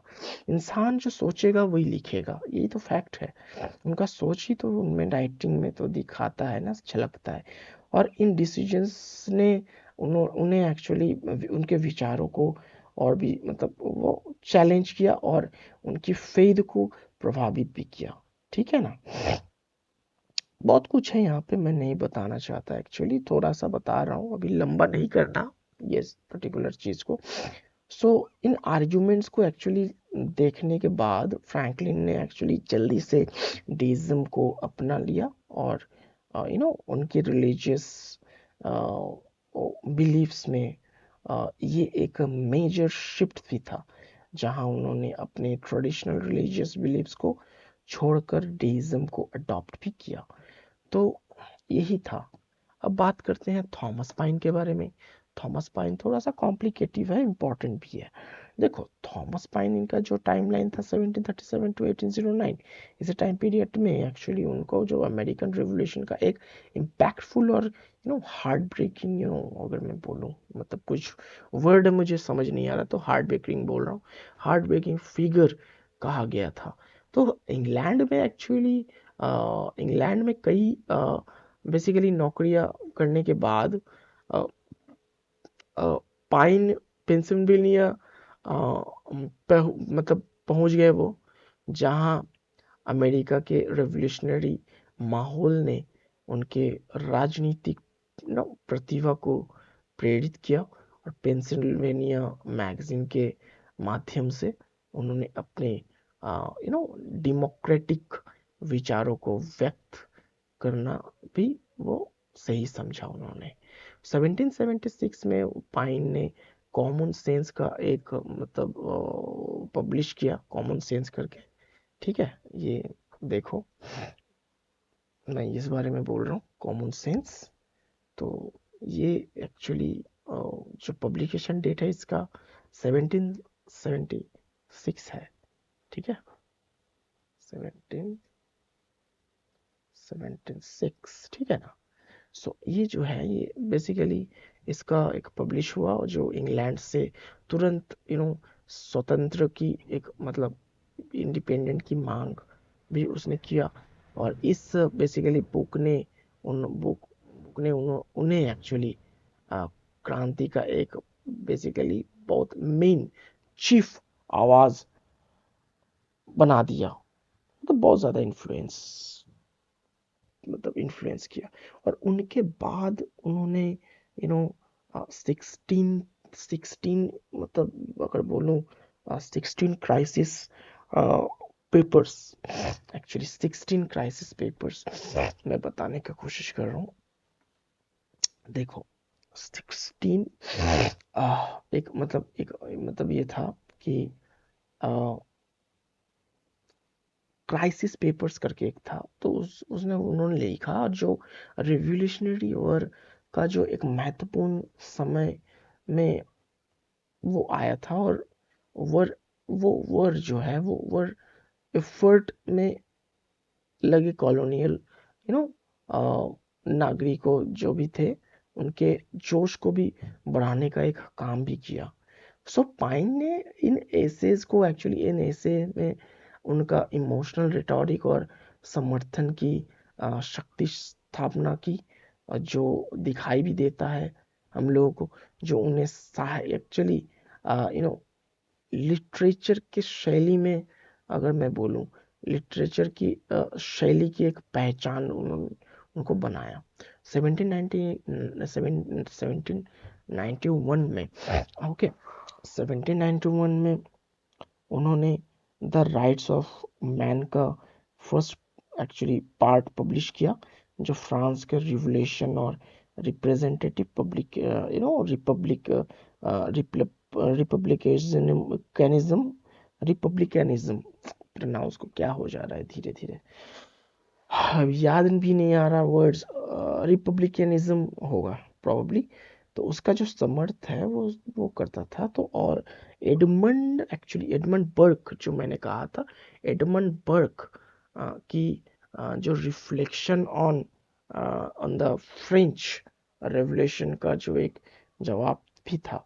लेकिन दूसरा मतलब जो है, दूसरा जो पार्ट है वो पब्लिश होने के बाद उनकी यू नो इनकलाब उन्होंने जो एक उठाया था, उन्होंने इंडिपेंडेंट की एक खुली आवाज के मतलब कारण उठे इंग्लैंड से उनको निकाल दिया गया बेसिकली, ठीक है ना। और इस बेसिकली एस्टैब्लिश्ड को एक्चुअली इस अगर मैं बोलूं स्टेट को, इस पर्टिकुलर मतलब जो सिचुएशन था उसको समझते हुए पाइन पहले फ्रांस चले गए, और जहां उन्होंने 1802 तक अ, उन्होंने शेल्टर लिया। और फ्रांस में उन्होंने रेन ऑफ टेरर के विरोध में एक्चुअली उसके वजह से उनको जेल भी जाना पड़ा। ये चीज भी आप लोग जान लो। तो पाइन को उनके दोस्त थॉमस जेफरसन तो याद ही है आप लोग, थॉमस जेफरसन ने अमेरिका बुलाया। फ्रांस फ्रांस में एक्चुअली इफ आई से फ्रांस में अ, जब उन्होंने उन्हें कैद किया गया, तब उन्हें एक्चुअली नो उन्हें द एज ऑफ रीजन का जो फर्स्ट पार्ट है वो उन्होंने पूरा किया, द एज ऑफ रीजन। इस एज को हम लोग एज ऑफ रीजन भी तो कहते हैं ना एनलाइटनमेंट को। तो वही मैं बता रहा हूँ। 1796 में जब दूसरा पार्ट मतलब एक पब्लिश हुआ, तब ये जो बुक डेस्टिक रैशनलिज्म का सबसे मतलब सब अगर मैं बोलूँ सबसे क्रांतिकारी एक मतलब अगर होता है ना क्रांतिकारी, क्रांतिकारी एक मतलब बयान बन गया, ठीक है ना, स्टेटमेंट बन गया। सो अपनी जिंदगी के आखिरी सालों में पाइन अपने विचारों के लिए आ, बदनाम भी हो गए थे, और क्योंकि ज्यादातर लोग उनके आदर्शों को समझ नहीं पाए, और उनका जो मतलब डेथ हुआ था 1809 में न्यूयॉर्क में हो गया, ठीक है। अब थॉमस पाइन का ये जो मैंने कहा आप लोगों को एज ऑफ रीजन, इसका क्या फैक्ट है। अब यहाँ पे देखो ये भी तो एक एज ऑफ रीजन का क्या मैटर है। एनलाइटनमेंट पीरियड को एज ऑफ रीजन भी देखो कहा जाता है, और ये पीरियड 17th और 18th सेंचुरीज में आया था। और इसका जो मेन फोकस रीजन लॉजिक और साइंटिफिकली थिंकिंग पे था। और इस टाइम के थिंकर्स को यू नो ट्रेडिशनल बिलीफ्स और सुपरस्टिशंस को एक्चुअली चैलेंज भी किया, और नॉलेज को रीजन और एम्पिरिकल एविडेंस के एक्चुअली थ्रू समझने की कोशिश भी की। थॉमस पाइन की किताब एक थी, उसको हम लोग कह सकते हैं द एज ऑफ रीजन। इसी की वजह से एक्चुअली इसी एरा के आइडियल्स को रिफ्लेक्ट करता है, जिसमें रीजन और नेशनलिटी को इम्फोसाइज किया गया। और एनलाइटनमेंट पीरियड में द एज ऑफ रीजन एक इम्पॉर्टेंट बुक भी था गाइस, जो थॉमस पाइन ने मतलब लिखा था। और इसमें पाइन ने रिलीजियस और सोसाइटी के बारे में मतलब अपने विचार को वहां पे रखा ना।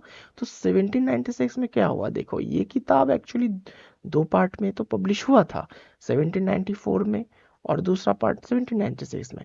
तो पाइन इस पर्टिकुलर किताब को क्या किया, उन्होंने किताब में डेइज्म को सपोर्ट करते हुए उन्होंने मतलब बहुत ज्यादा सपोर्ट किया है वो, जो एक ऐसे बिलीफ मतलब है जिसमें लोग नेचर और रीजन के मतलब थ्रू ही मतलब गॉड की जो एग्जिस्टेंस है उसको समझते हैं, बिना किसी एक्चुअली ऑर्गेनाइज्ड रिलीजन के। और उनका कहना था कि रिलीजन को रीजन और एविडेंस के बेसिस पर एक्चुअली समझना नहीं, मतलब समझना ही चाहिए। और उन्होंने ट्रेडिशनल रिलीजियस बिलीफ्स को एक्चुअली चैलेंज किया, जिस वजह से पाइन के आइडियाज काफी रेडिकल। और उनकी जो बुक है, बुक ने उन्होंने उन्हें एक्चुअली इंग्लैंड से एग्जाइल करवा दिया, ठीक है ना। उन्होंने फ्रांस में एसाइलम लिया और वहां से उन्होंने अपनी जो बुक, जो दूसरा पार्ट है, उसको पब्लिश किया। और इस किताब के जरिए पाइन ने अपने डेमोक्रेटिक और रेवोल्यूशनरी व्यूज को प्रमोट भी किया, और ये इनलाइटनमेंट के एक प्रिंसिपल्स को भी बहुत ज़्यादा रिफ्लेक्ट भी करता है, एज ऑफ रीजन। ये चीज़ आप लोग बहुत इंपॉर्टेंटली पढ़ना, ये बहुत ज़्यादा इंपॉर्टेंट है। मैं यहाँ पे वेरी वेरी इंपॉर्टेंट का एक सिंबल दे रहा हूँ, आप लोग इसको पढ़ना जरूर, ठीक है ना। बहुत इंपॉर्टेंट है गाइस, ठीक है। अब बात करते हैं नेक्स्ट राइटर के बारे में, जो कि है थॉमस जेफरसन। तो थॉमस जेफरसन का जो टाइम पीरियड था 1743 टू 1826। थॉमस जेफरसन का जन्म जो हुआ था वो वेस्टर्न वर्जीनिया में था, ठीक है ना। वो बेसिकली अगर मैं बोलूँ, जेफरसन ने वर्जीनिया जो मतलब स्टेट है उसमें लेजिस्लेटिव और एग्जीक्यूटिव, बेसिकली उसमें उसके पदों में एक्चुअली वो काम, उसके पद में वो काम किए। और जिसके बाद उन्होंने एक्चुअली पूरे देश के लिए अपनी जो सेवाओं का जो एक मतलब सक्सेसफुली वो मतलब जो सेवा करना चाहते थे, वो सेवा उन्होंने किया। और उन्होंने एक्चुअली सेक्रेटरी ऑफ स्टेट, जो कि 1790 टू 1793 के टाइम पे था। Vice president of United states भी हुए, जो 1797 टू 1801 टाइमलाइन में था। और प्रेसिडेंट भी थे, जो 1801 टू 1809 के मतलब उस टाइम पे अ, मतलब वो थे, जेफरसन, थॉमस जेफरसन। याद रखना, ये नाम बहुत ज़्यादा इंपॉर्टेंट है। सो देश के विकास में महत्वपूर्ण समय में उन जेफरसन फ्रैंकलिन ने एक्चुअली इस तरह ही मतलब राष्ट्रीय समाज और आदर्शों को एक्चुअली अपना गहरा प्रभाव छोड़ा, और एक लिबरल डेमोक्रेटिक सिविल सोसाइटी के नींव रखी। और उन्होंने कहा कि एक नेशनल एरिस्टोक्रेसी ऑफ ओर्थ जो है उसको, मतलब देखो, नेशनल एरिस्टोक्रेसी, ये जो मैं बता रहा हूँ, ये पर्टिकुलर लाइन में पढ़ रहा हूँ तो बता रहा हूँ। तो उनके अकॉर्डिंगली एक्चुअली ये जो नेशनल एरिस्टोक्रेसी ओर्थ, मतलब जो मैंने कहा, ये मतलब इसके स्थान पर मतलब सब कुछ, मतलब वो चीज अ, लेना भी चाहिए डिसीजंस। उनके विचार पॉपुलिस्टिक, मतलब एग्रेरियन, जो मैंने कहा ना, एग्रेरियन और रिपब्लिकन डेमोक्रेसी के विचार को एक्चुअली बहुत ज़्यादा, अगर मैं बोलूँ, प्रोपागेंडा भी वो था एक, ठीक है ना। उसको हम लोग प्रोपागेंडा वाइज ही हम लोग देख सकते हैं, ठीक है ना। बहुत ज़्यादा प्रचार भी उनका वो प्रचार भी करते थे इसको लेके। सो जेफरसन ने एक्चुअली अपने जीवन में बेसिकली पर्सनल लाइफ में एक्चुअली, उदाहरण के स्वरूप अगर मैं बोलूँ कि यू नो बहुत ज़्यादा अपने एडवाइजेस के माध्यम से हमेशा रिलीजियस, पॉलिटिकल और इंटेलेक्चुअल फ्रीडम के समर्थन ही किया। और उन्होंने वोटिंग राइट्स और शिक्षा के अवसर को भी मतलब विस्तारित करने के लिए अपना सब कुछ दे दिया। 4 जुलाई जो है, 4 जुलाई 1826 को डिक्लेरेशन ऑफ इंडिपेंडेंस की 50वीं वर्ष मतलब वर्ष ग्रंथ थी। उसी दिन एक्चुअली उनका मृत्यु दिवस भी है, ये चीज याद रखना, 4 जुलाई 1826, 4 जुलाई, बहुत तब ये मतलब इंडिपेंडेंस था ना अमेरिकन का, 4 जुलाई याद रखो। तो उसकी एक्चुअली अगर मैं बोलूं फेमस ऐसे, तो वो एक था ना, the anonymous declaration of 13 United states America Congress, ये था एक। और भी बहुत सारा था, आप लोगों को यहाँ पे मिल जाएगा। ये देखो, मैं जो बोल रहा था ना, ये था वो। ठीक है, इसको पढ़ लेना, इम्पोर्टेंट है। जेफरसन बहुत ज़्यादा इम्पोर्टेंट है। नेक्स्ट हम लोग बात करते हैं फेडरलिस्ट के बारे में। द फेडरलिस्ट जिनका टाइमलाइन था 1787 टू 1788, राइट। तो बेसिकली द फेडरलिस्ट के एक मतलब ऐसी महत्वपूर्ण, मतलब अगर मैं बोलूँ ऐसे थी जो अमेरिका के एक्चुअली नए एक्चुअली देश का उस समय का एक्चुअली सामाजिक और राजनीतिक स्थिति को भी समझाने का एक प्रयास था। और ये 85 लीटर्स का एक मतलब कलेक्शन है, जो न्यूयॉर्क इंडिपेंडेंट जर्नल में 1787 और 1788 के बीच में पब्लिश हुआ था। और अलेक्जेंडर हैमिल्टन, जॉन जे और जेम्स मैडिसन, इन चारों ने एक्चुअली इस आर्टिकल्स को मिलकर पब्लिश किया। और जिसका नाम पड़ा पब्लियस। यहाँ पे मैं लिख रहा हूँ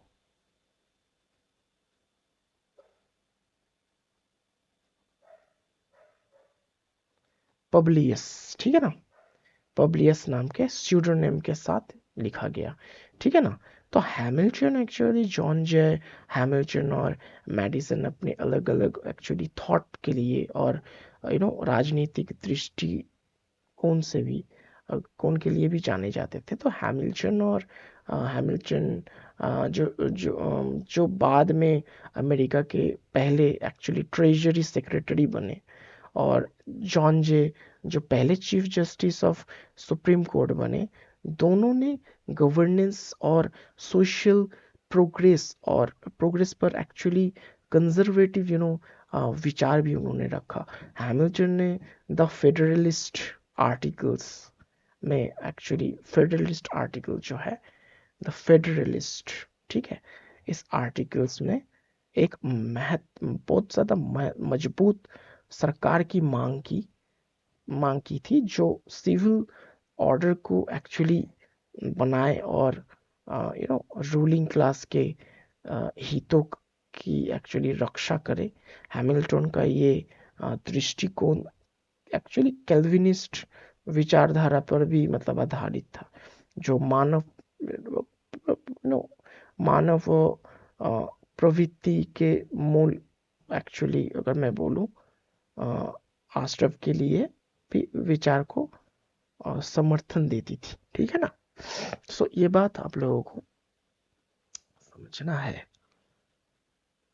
ये जो फेडरलिस्ट है, ये एक बेसिकली एक जर्नल था 85 लीटर्स का, ठीक है ना। इसी वजह से यहाँ पे ये जो हैमिल्टन वगैरह जो चार नाम मैंने बोला, ये लोग इस वर्क को एक्चुअली पब्लिश करवाए। और जॉन जे भी थे उसमें। फेडरलिस्ट का जो कॉलोक्वियम, यानी कि मैं अगर बोलूँ विचार का जो संवाद, नए गठित अमेरिका के अगर मैं बोलूँ समय में राजनीतिक गवर्नेंस के इशू पर पब्लिक डिबेट को एक्चुअली बहुत ज़्यादा प्रतिनिधित्व भी वो करता था। सिर्फ यही नहीं, ये आर्टिकल्स सिर्फ अपने समय की स्थिति पर ही नहीं, स्थिति को नहीं मतलब, बल्कि अमेरिका के संविधानिक जो कानून है उसके मामले में भी एक्चुअली महत्वपूर्ण एक भूमिका भी है उसका। और आज भी ये जो कलेक्शन कॉन्स्टिट्यूशनल लॉ के मामलों में मूल जो है वो मूल सोचना और कंटिन्यूअस पॉइंट्स पर अगर मैं बोलूँ तो स्पष्टीकरण के लिए भी ये चीज उपयोगी माना जाता है। ये बात आप लोगों को समझना भी है, ठीक है। और एक चीज आप लोग समझो, यहाँ पे और एक चीज देखा गया, पोएट्री इन द पीरियोडिक एक्वाइन। देखिए यहाँ पे देखो, कुछ ज्यादा कुछ नहीं है, मतलब थोड़ा से ही है कि and in 18th century America के कॉलोनियल पोएट्स के एक सिग्निफिकेंट चैलेंज ये था कि वो अपनी पोएट्री को ब्रिटिश स्टैंडर्ड्स के बराबर मतलब लाना चाहते थे। और उस वक्त के लीडिंग पोएट्स जैसे कि कॉटन मैथ मतलब कॉटन मैथर नहीं, वो मैथर बाइल्स, आप लोग देख सकते हैं यहाँ पे ही है, मैथर बाइल्स, ठीक है ना, इस जगह पे नहीं, सॉरी, यहाँ पे मैथर बाइल्स। सो ये जो मैथर बाइल्स है, बेसिकली ये मैथर बाइल्स इंग्लैंड में एक प्रोमिनेंट प्रोमिनेंट पोइट्स को भी अपना आइडियल मानने मतलब मानते थे, और उनकी जो इमिटेशन को एक आर्ट फॉर्म में भी मतलब कन्वर्ट वो करते थे। और सिर्फ यही नहीं, बाइल्स ने अलेक्जेंडर पोप से इन्फ्लुएंस भी वो लेते हुए अपनी पोएट्री में न्यू क्लासिकल ट्रेडिशंस को भी अडॉप्ट वो किया, और जिसमें उन्होंने गाइडलाइन डलनेस और मीडियोक्रिटी के खिलाफ एक्चुअली अपनी जो सटायर पोएम है जिसका नाम है bombastic and you no grub street style, देखो आप लोग, बॉम्बास्टिक एंड लिख लो आप लोग, bombastic and grub street style, ठीक है ना। तो ये जो है बेसिकली, ये पर्टिकुलर स्टाइल मतलब एक सटायर था ये। इसका जो कोलन देकर आप लोग लिख लो ए सटायर, ठीक है, जो 1745 में लिखा गया था। और इसी तरह नथेलियन इवांस जो है, यहाँ पे देख सकते हैं, नथेलियन इवांस जो है, नथेलियन इवांस जो एक प्रीचर पोएट थे जो न्यू जर्सी के, उन्होंने अपनी लिटरेरी इंस्पिरेशन के लिए मिल्टन, ग्रे, काउली एंड गॉडस्मिथ जैसे मतलब ब्रिटिश पोएट्स की तारीफ भी किया, मतलब वो तरफ भी मतलब उन्होंने देखा। और इन पोइट्स को एक्चुअली फोकस अपने ब्रिटिश कंटेम्पर्स काउंटर पार्ट्स में, एक्चुअली काउंटर पार्ट्स के जो लिटरेरी स्टाइल्स को इम्यूलेट वो करना चाहते थे। सिर्फ वही नहीं, इस इमिटेशन के प्रोसेस में उनकी पोएट्री में ओरिजिनलिटी जो है, ओरिजिनलिटी और नए आइडियाज़ की एक कमी भी थी, जो कि ये पोएट्री मोस्टली पुराने ब्रिटिश और ट्रेडिशंस और एस्टैब्लिश्ड कन्वेंशंस पर डिपेंड करती थी, और इसमें नए थॉट या इनोवेशंस के एब्सेंस भी था। और इस पीरियड के एक मतलब खासियत ये भी था कि एक इम्पॉर्टेंट थीम जो कि नेशन बिल्डिंग पोएट्री में प्रोमिनेंटली दिखाई भी देने लगा। कॉलोनियल पोएट्स ने अपने कामों में अमेरिका के नई आइडेंटिटी को एक्सप्लोर करना शुरू किया, जिसे एक मतलब इमर्जिंग नेशन के रूप में देखा जा सकता था। और ये टेंडेंसी 1770s के दौरान अपने पीक और पैच पहुंच पीक पर भी मतलब पहुंच गए, ठीक है ना। सो ये चीज हम लोग यहाँ पे देख सकते हैं। और आगे जाके हम लोग देख सकते हैं on the rising of glory of America, जो आप यहाँ पे देख सकते हैं जैसे वर्क्स लिखे गए, और जिसमें उन्होंने अमेरिका के राइजिंग स्टेटस और कॉलोनियल अचीवमेंट्स को भी सेलिब्रेट भी किया। तो कहने का ये मतलब है गाइस, 18th सेंचुरी अमेरिका में पोएट्री ब्रिटिश मॉडल्स की इमिटेशन के थ्रू अपनी जगह बनाने की कोशिश कर रही थी, लेकिन साथ ही साथ एक नई ट्रेडिशन आइडेंटिटी को भी फॉर्म कर रही थी, जो कॉलोनियल अमेरिका के एस्पिरेशंस को और एम्बिशंस को रिफ्लेक्ट भी करती थी। सो यही चीज था। और एक चीज क्या था कि बहुत सारी इंफ्लुएंशियल चीजें भी यहाँ पे हुए। नेक्स्ट है द कनेक्टिकट, मैंने पहले भी कहा था कनेक्टिकट वेट्स। तो कनेक्टिकट वेट्स जो कंटेक्स्ट एक्चुअली है वो 18th सेंचुरी अमेरिका का एक ट्रांजिशनल फ्रेज का ही है, मतलब समझो फेज है एक्चुअली। जब अमेरिका में रिपब्लिक के जन्म का एक असर, मतलब जन्म का जब असर था, वो पोइट्स के पोइट्री पर भी देखने लगा था जिस टाइम पे। तो ये एक ऐसा समय था जब एक नया युग भी मतलब आगमन हो रहा था, और पोइट्स अपनी पोइट्री में इस नए यू नो सिवियर सिवियर अगर मैं बोलूँ की तरह, और उम्मीद को रिफ्लेक्ट भी कर रहे थे।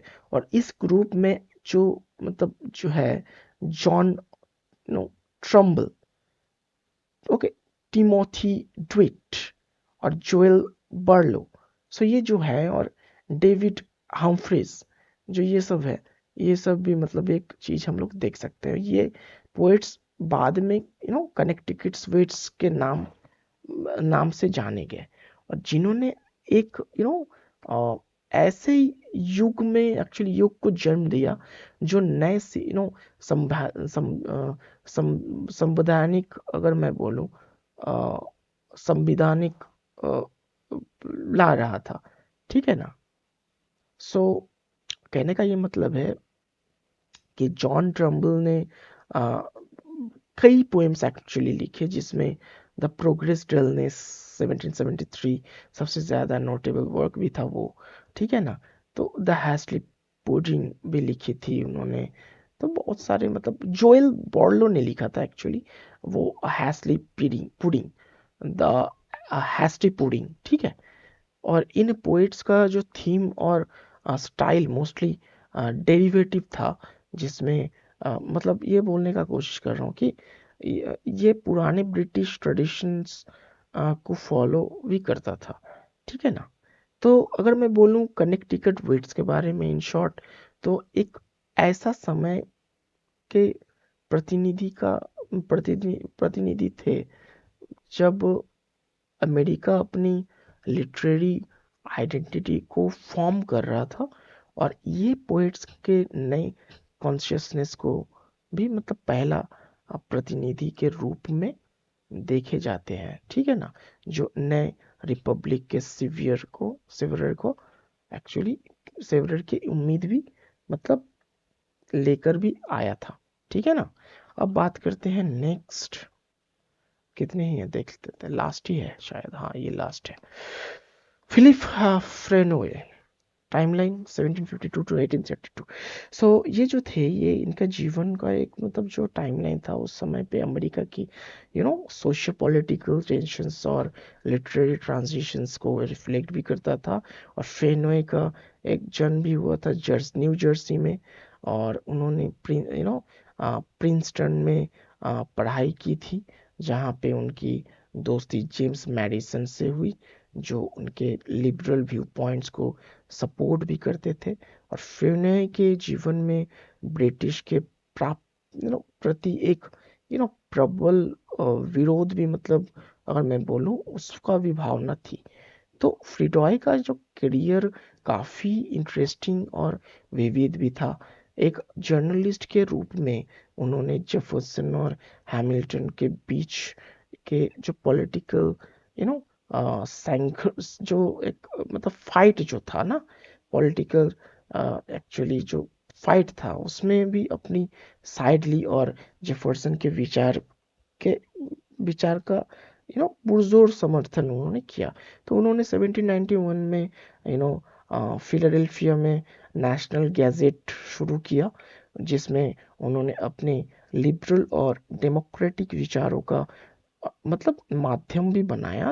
और इनके बाद फ्रेनॉय ने न्यू जर्सी और न्यू इंग्लैंड में कई न्यूज़पेपर लॉन्च किए, लेकिन ये जो मतलब वेंचर्स सफल नहीं हो पाया ज़्यादा। तो बेसिकली इनके जीवन में अपने अस्तित्व को बनाए रखने के लिए फ्रेनॉय ने वापस समुद्री जीवन को भी अपनाया। फ्रेनॉय का जो लिटरेरी कंट्रीब्यूशन, उनके कुछ इमेजिनेटिव और यू नो उन पे भी प्रभावित वो करने वाली कुछ एसेज में भी हम लोग नज़र दे सकते हैं, नज़र आती भी है उनकी एसेज। जैसे कि मैं अगर बोलूँ the House of Night, a vision, जैसे कि उसका सबटाइटल 1799 में पब्लिश हुआ। The vanity of existence, the wild honeysuckle जो कि 1786 में पब्लिश हुआ। और ऑन द वे उनके डीप थॉट और अ,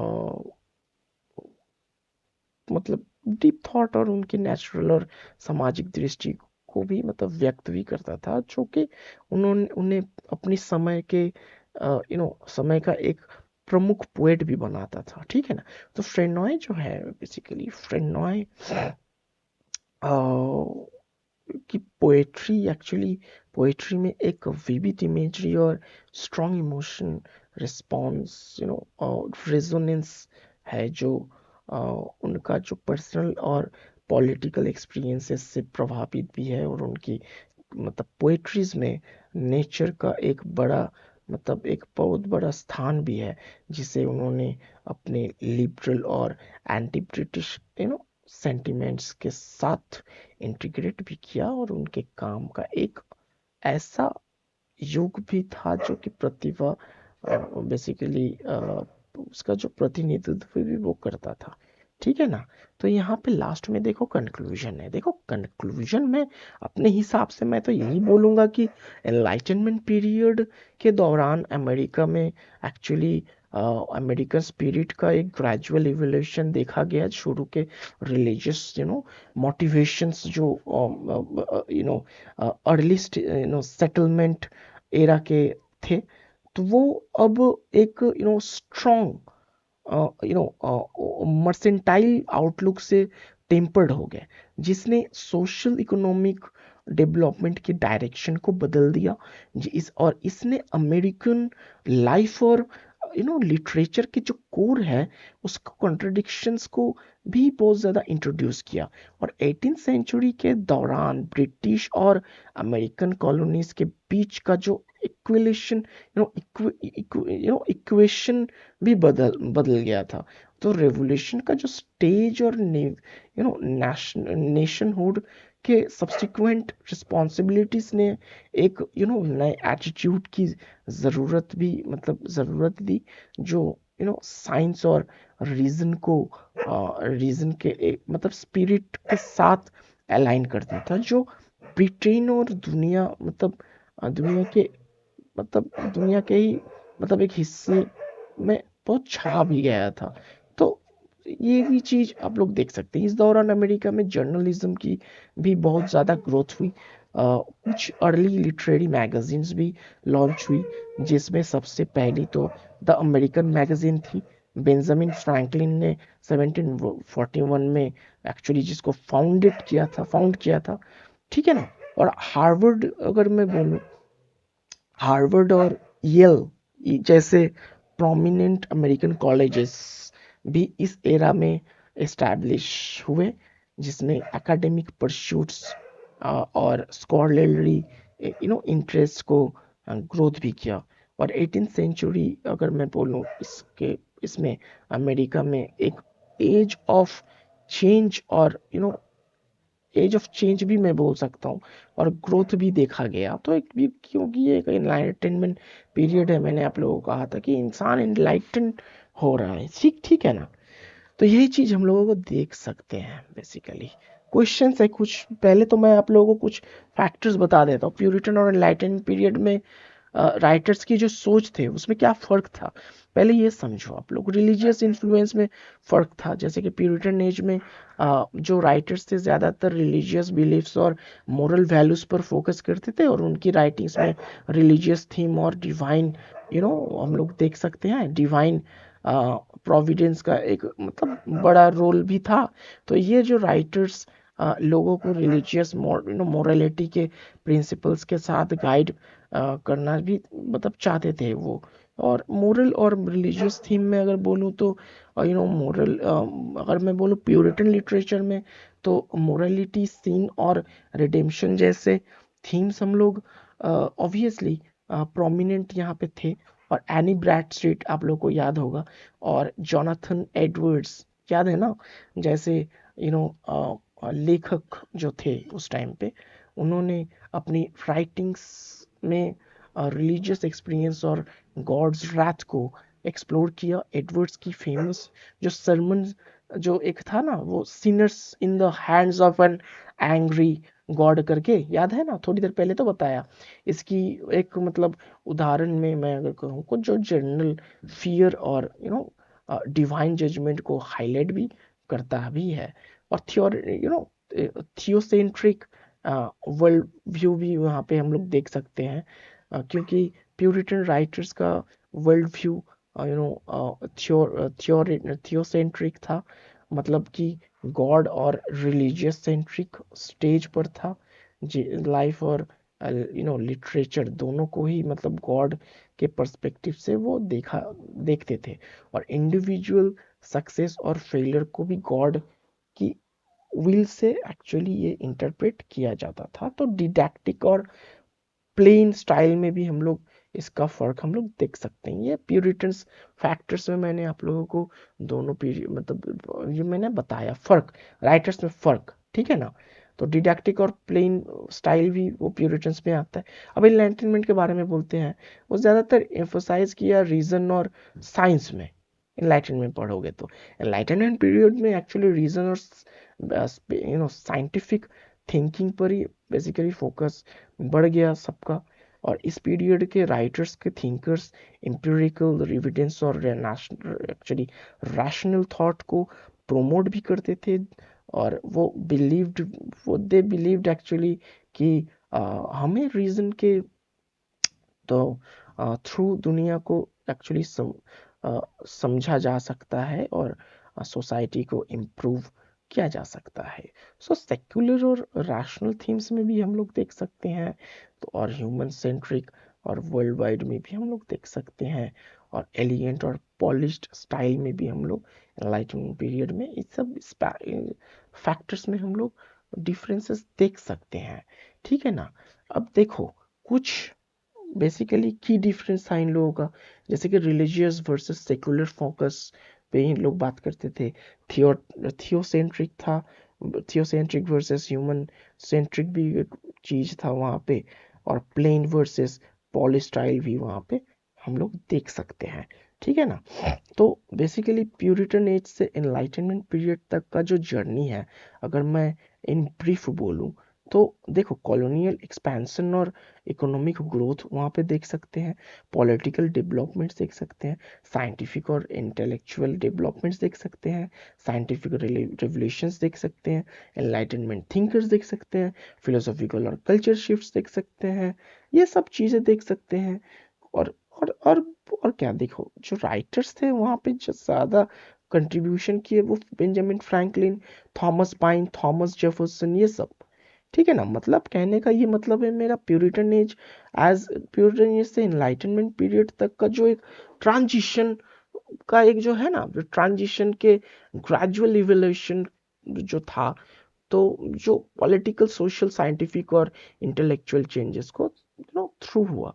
और प्यूरिटन एज की एक मतलब रिलीजियस और मोरलिस्टिक पर्सपेक्टिव से अगर मैं देखूं तो एनलाइटनमेंट पीरियड्स ने सेक्युलर और नेशनलिस्ट बेसिकली अप्रोच को एडॉप्ट भी किया। और ये जो शिफ्ट के ये शिफ्ट एक ब्रॉडर कल्चरल एक्चुअली और इफ आई से फिलोसॉफिकल ट्रांसफॉर्मेशनल को रिफ्लेक्ट भी करता है, जहाँ सोसाइटी ने एम्पिरिकल एविडेंस, इंडिविजुअल राइट्स और साइंटिफिक प्रोग्रेस को सेंट्रल इम्पोर्टेंस भी दिया, ठीक है ना। तो ये था टोटल। अब क्वेश्चंस के बारे में बात करते हैं, कौन से क्वेश्चंस क्या लिखना चाहिए आप लोगों को। पहला क्वेश्चन देखो, examine the European influences on American thought and in literature in the 18th century. इसमें आप लोग क्या लिख सकते हो, इसमें लिखने लायक क्या है। देखो फिलोसॉफिकल इन्फ्लुएंस देना, लिटरेरी इन्फ्लुएंस देना, साइंटिफिक इन्फ्लुएंस देना, और उसके रैशनल थॉट्स भी देना, और सिंपल हो गया क्वेश्चन। तो दूसरा नंबर क्वेश्चन में आप क्या देखते हैं कि discuss the prose of Paine, Jefferson, Madison and Hamilton as primary political writing that aimed to declare the cause which impel and separation। तो इसमें हम लोग क्या देखते हैं, देखो गाइस इसमें हम लोग यही देखते हैं कि पॉलिटिकल मूवमेंट मोटिवेशन हम लोग यहाँ पे देख सकते हैं, और परसुएसिव टेक्निक्स भी हम लोग ध्यान में रख सकते हैं। कुछ कीवर्ड्स के बारे में भी हम फोकस करके बोल देना, बस हो गया, ठीक है ना। अब तीसरा क्वेश्चन क्या दिखा रहा है कि comment on the characteristic that made Benjamin Franklin the most multifaced multifaceted and representative individual of the germinal age, the enlightenment. Okay, यहाँ पे देखो, यहाँ पे थोड़ा सा समझने वाली बात है इस क्वेश्चन में। इसमें आप लोगों को ड्राइवर्स मतलब जो डाइवर्स इंटरेस्ट है उसको भी दिखाना है, जैसे कि Franklin was involve in many different politics, science, right, literature, ऐसे करके लिख देना। सो प्रैक्टिकल विजडम में भी हम लोग इसको रख सकते हैं, उसको उसका भी इन्फ्लुएंस यहाँ पे दिखा सकते हैं। इन्फ्लुएंस एंड लेगेसी को भी यहाँ पे इंक्लूड कर देना, हो गया आंसर। 4 नंबर यहाँ बोला गया trace the gradual change of form from Puritan ethics and Enlightenment ethos is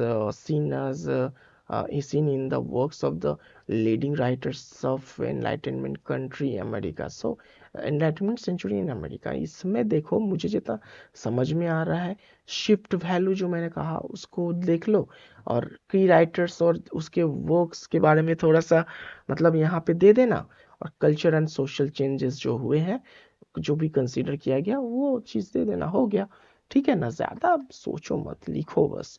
5th number में comment on the literary contribution of Philip Freneau to the political and poetic consciousness of the developing nation, basically background, social, rational, ये सब चीजें ही मतलब question किया जा रहा है। देखो इसमें भी पॉलिटिकल इन्फ्लुएंस डालना, पोएटिक स्टाइल जो लिखा गया है उसमें डालना, लेगेसी जो कंसीडर किया गया वही।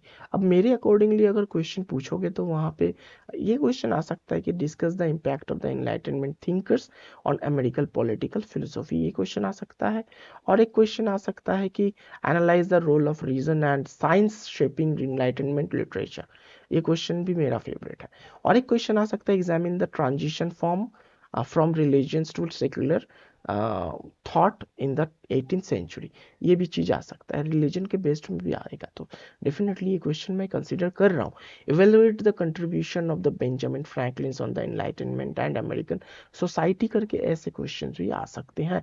और एक क्वेश्चन मैं बताऊंगा जो बहुत इंपॉर्टेंट है, discuss the influence of European political and social theories on American revolution, basically इसमें आप लोग पॉलिटिकल थ्योरीज दो, सोशल चेंजेस दो, और की डॉक्यूमेंट्स जो भी वहाँ पे देखा गया, मतलब मैं बताने का कोशिश कर रहा हूँ की डॉक्यूमेंट्स क्या है, the relationship between European thought and American documents, simple, like the federalist paper, याद है ना, फेडरलिस्ट पेपर जो है ना वो 84 लाइन्स, वो याद है ना, थोड़ी देर पहले पढ़ाया। ये सब चीजें आप लोग दो तो सिंपली आप लोग देखोगे आपका जो स्कोर है बहुत ज्यादा इंक्रीज होगा। आप लोग को लिखना है, सोचना है, समझना है, उसके बेसिस में आप लोग को लिखना है। सो यही था आज का पूरा सेशन, और इसके बाद हम लोग और भी टॉपिक्स के बारे में नेक्स्ट वीडियो में बात करेंगे। Thank you so much for watching, और सब्सक्राइब करते हुए जाना। Thank you so much.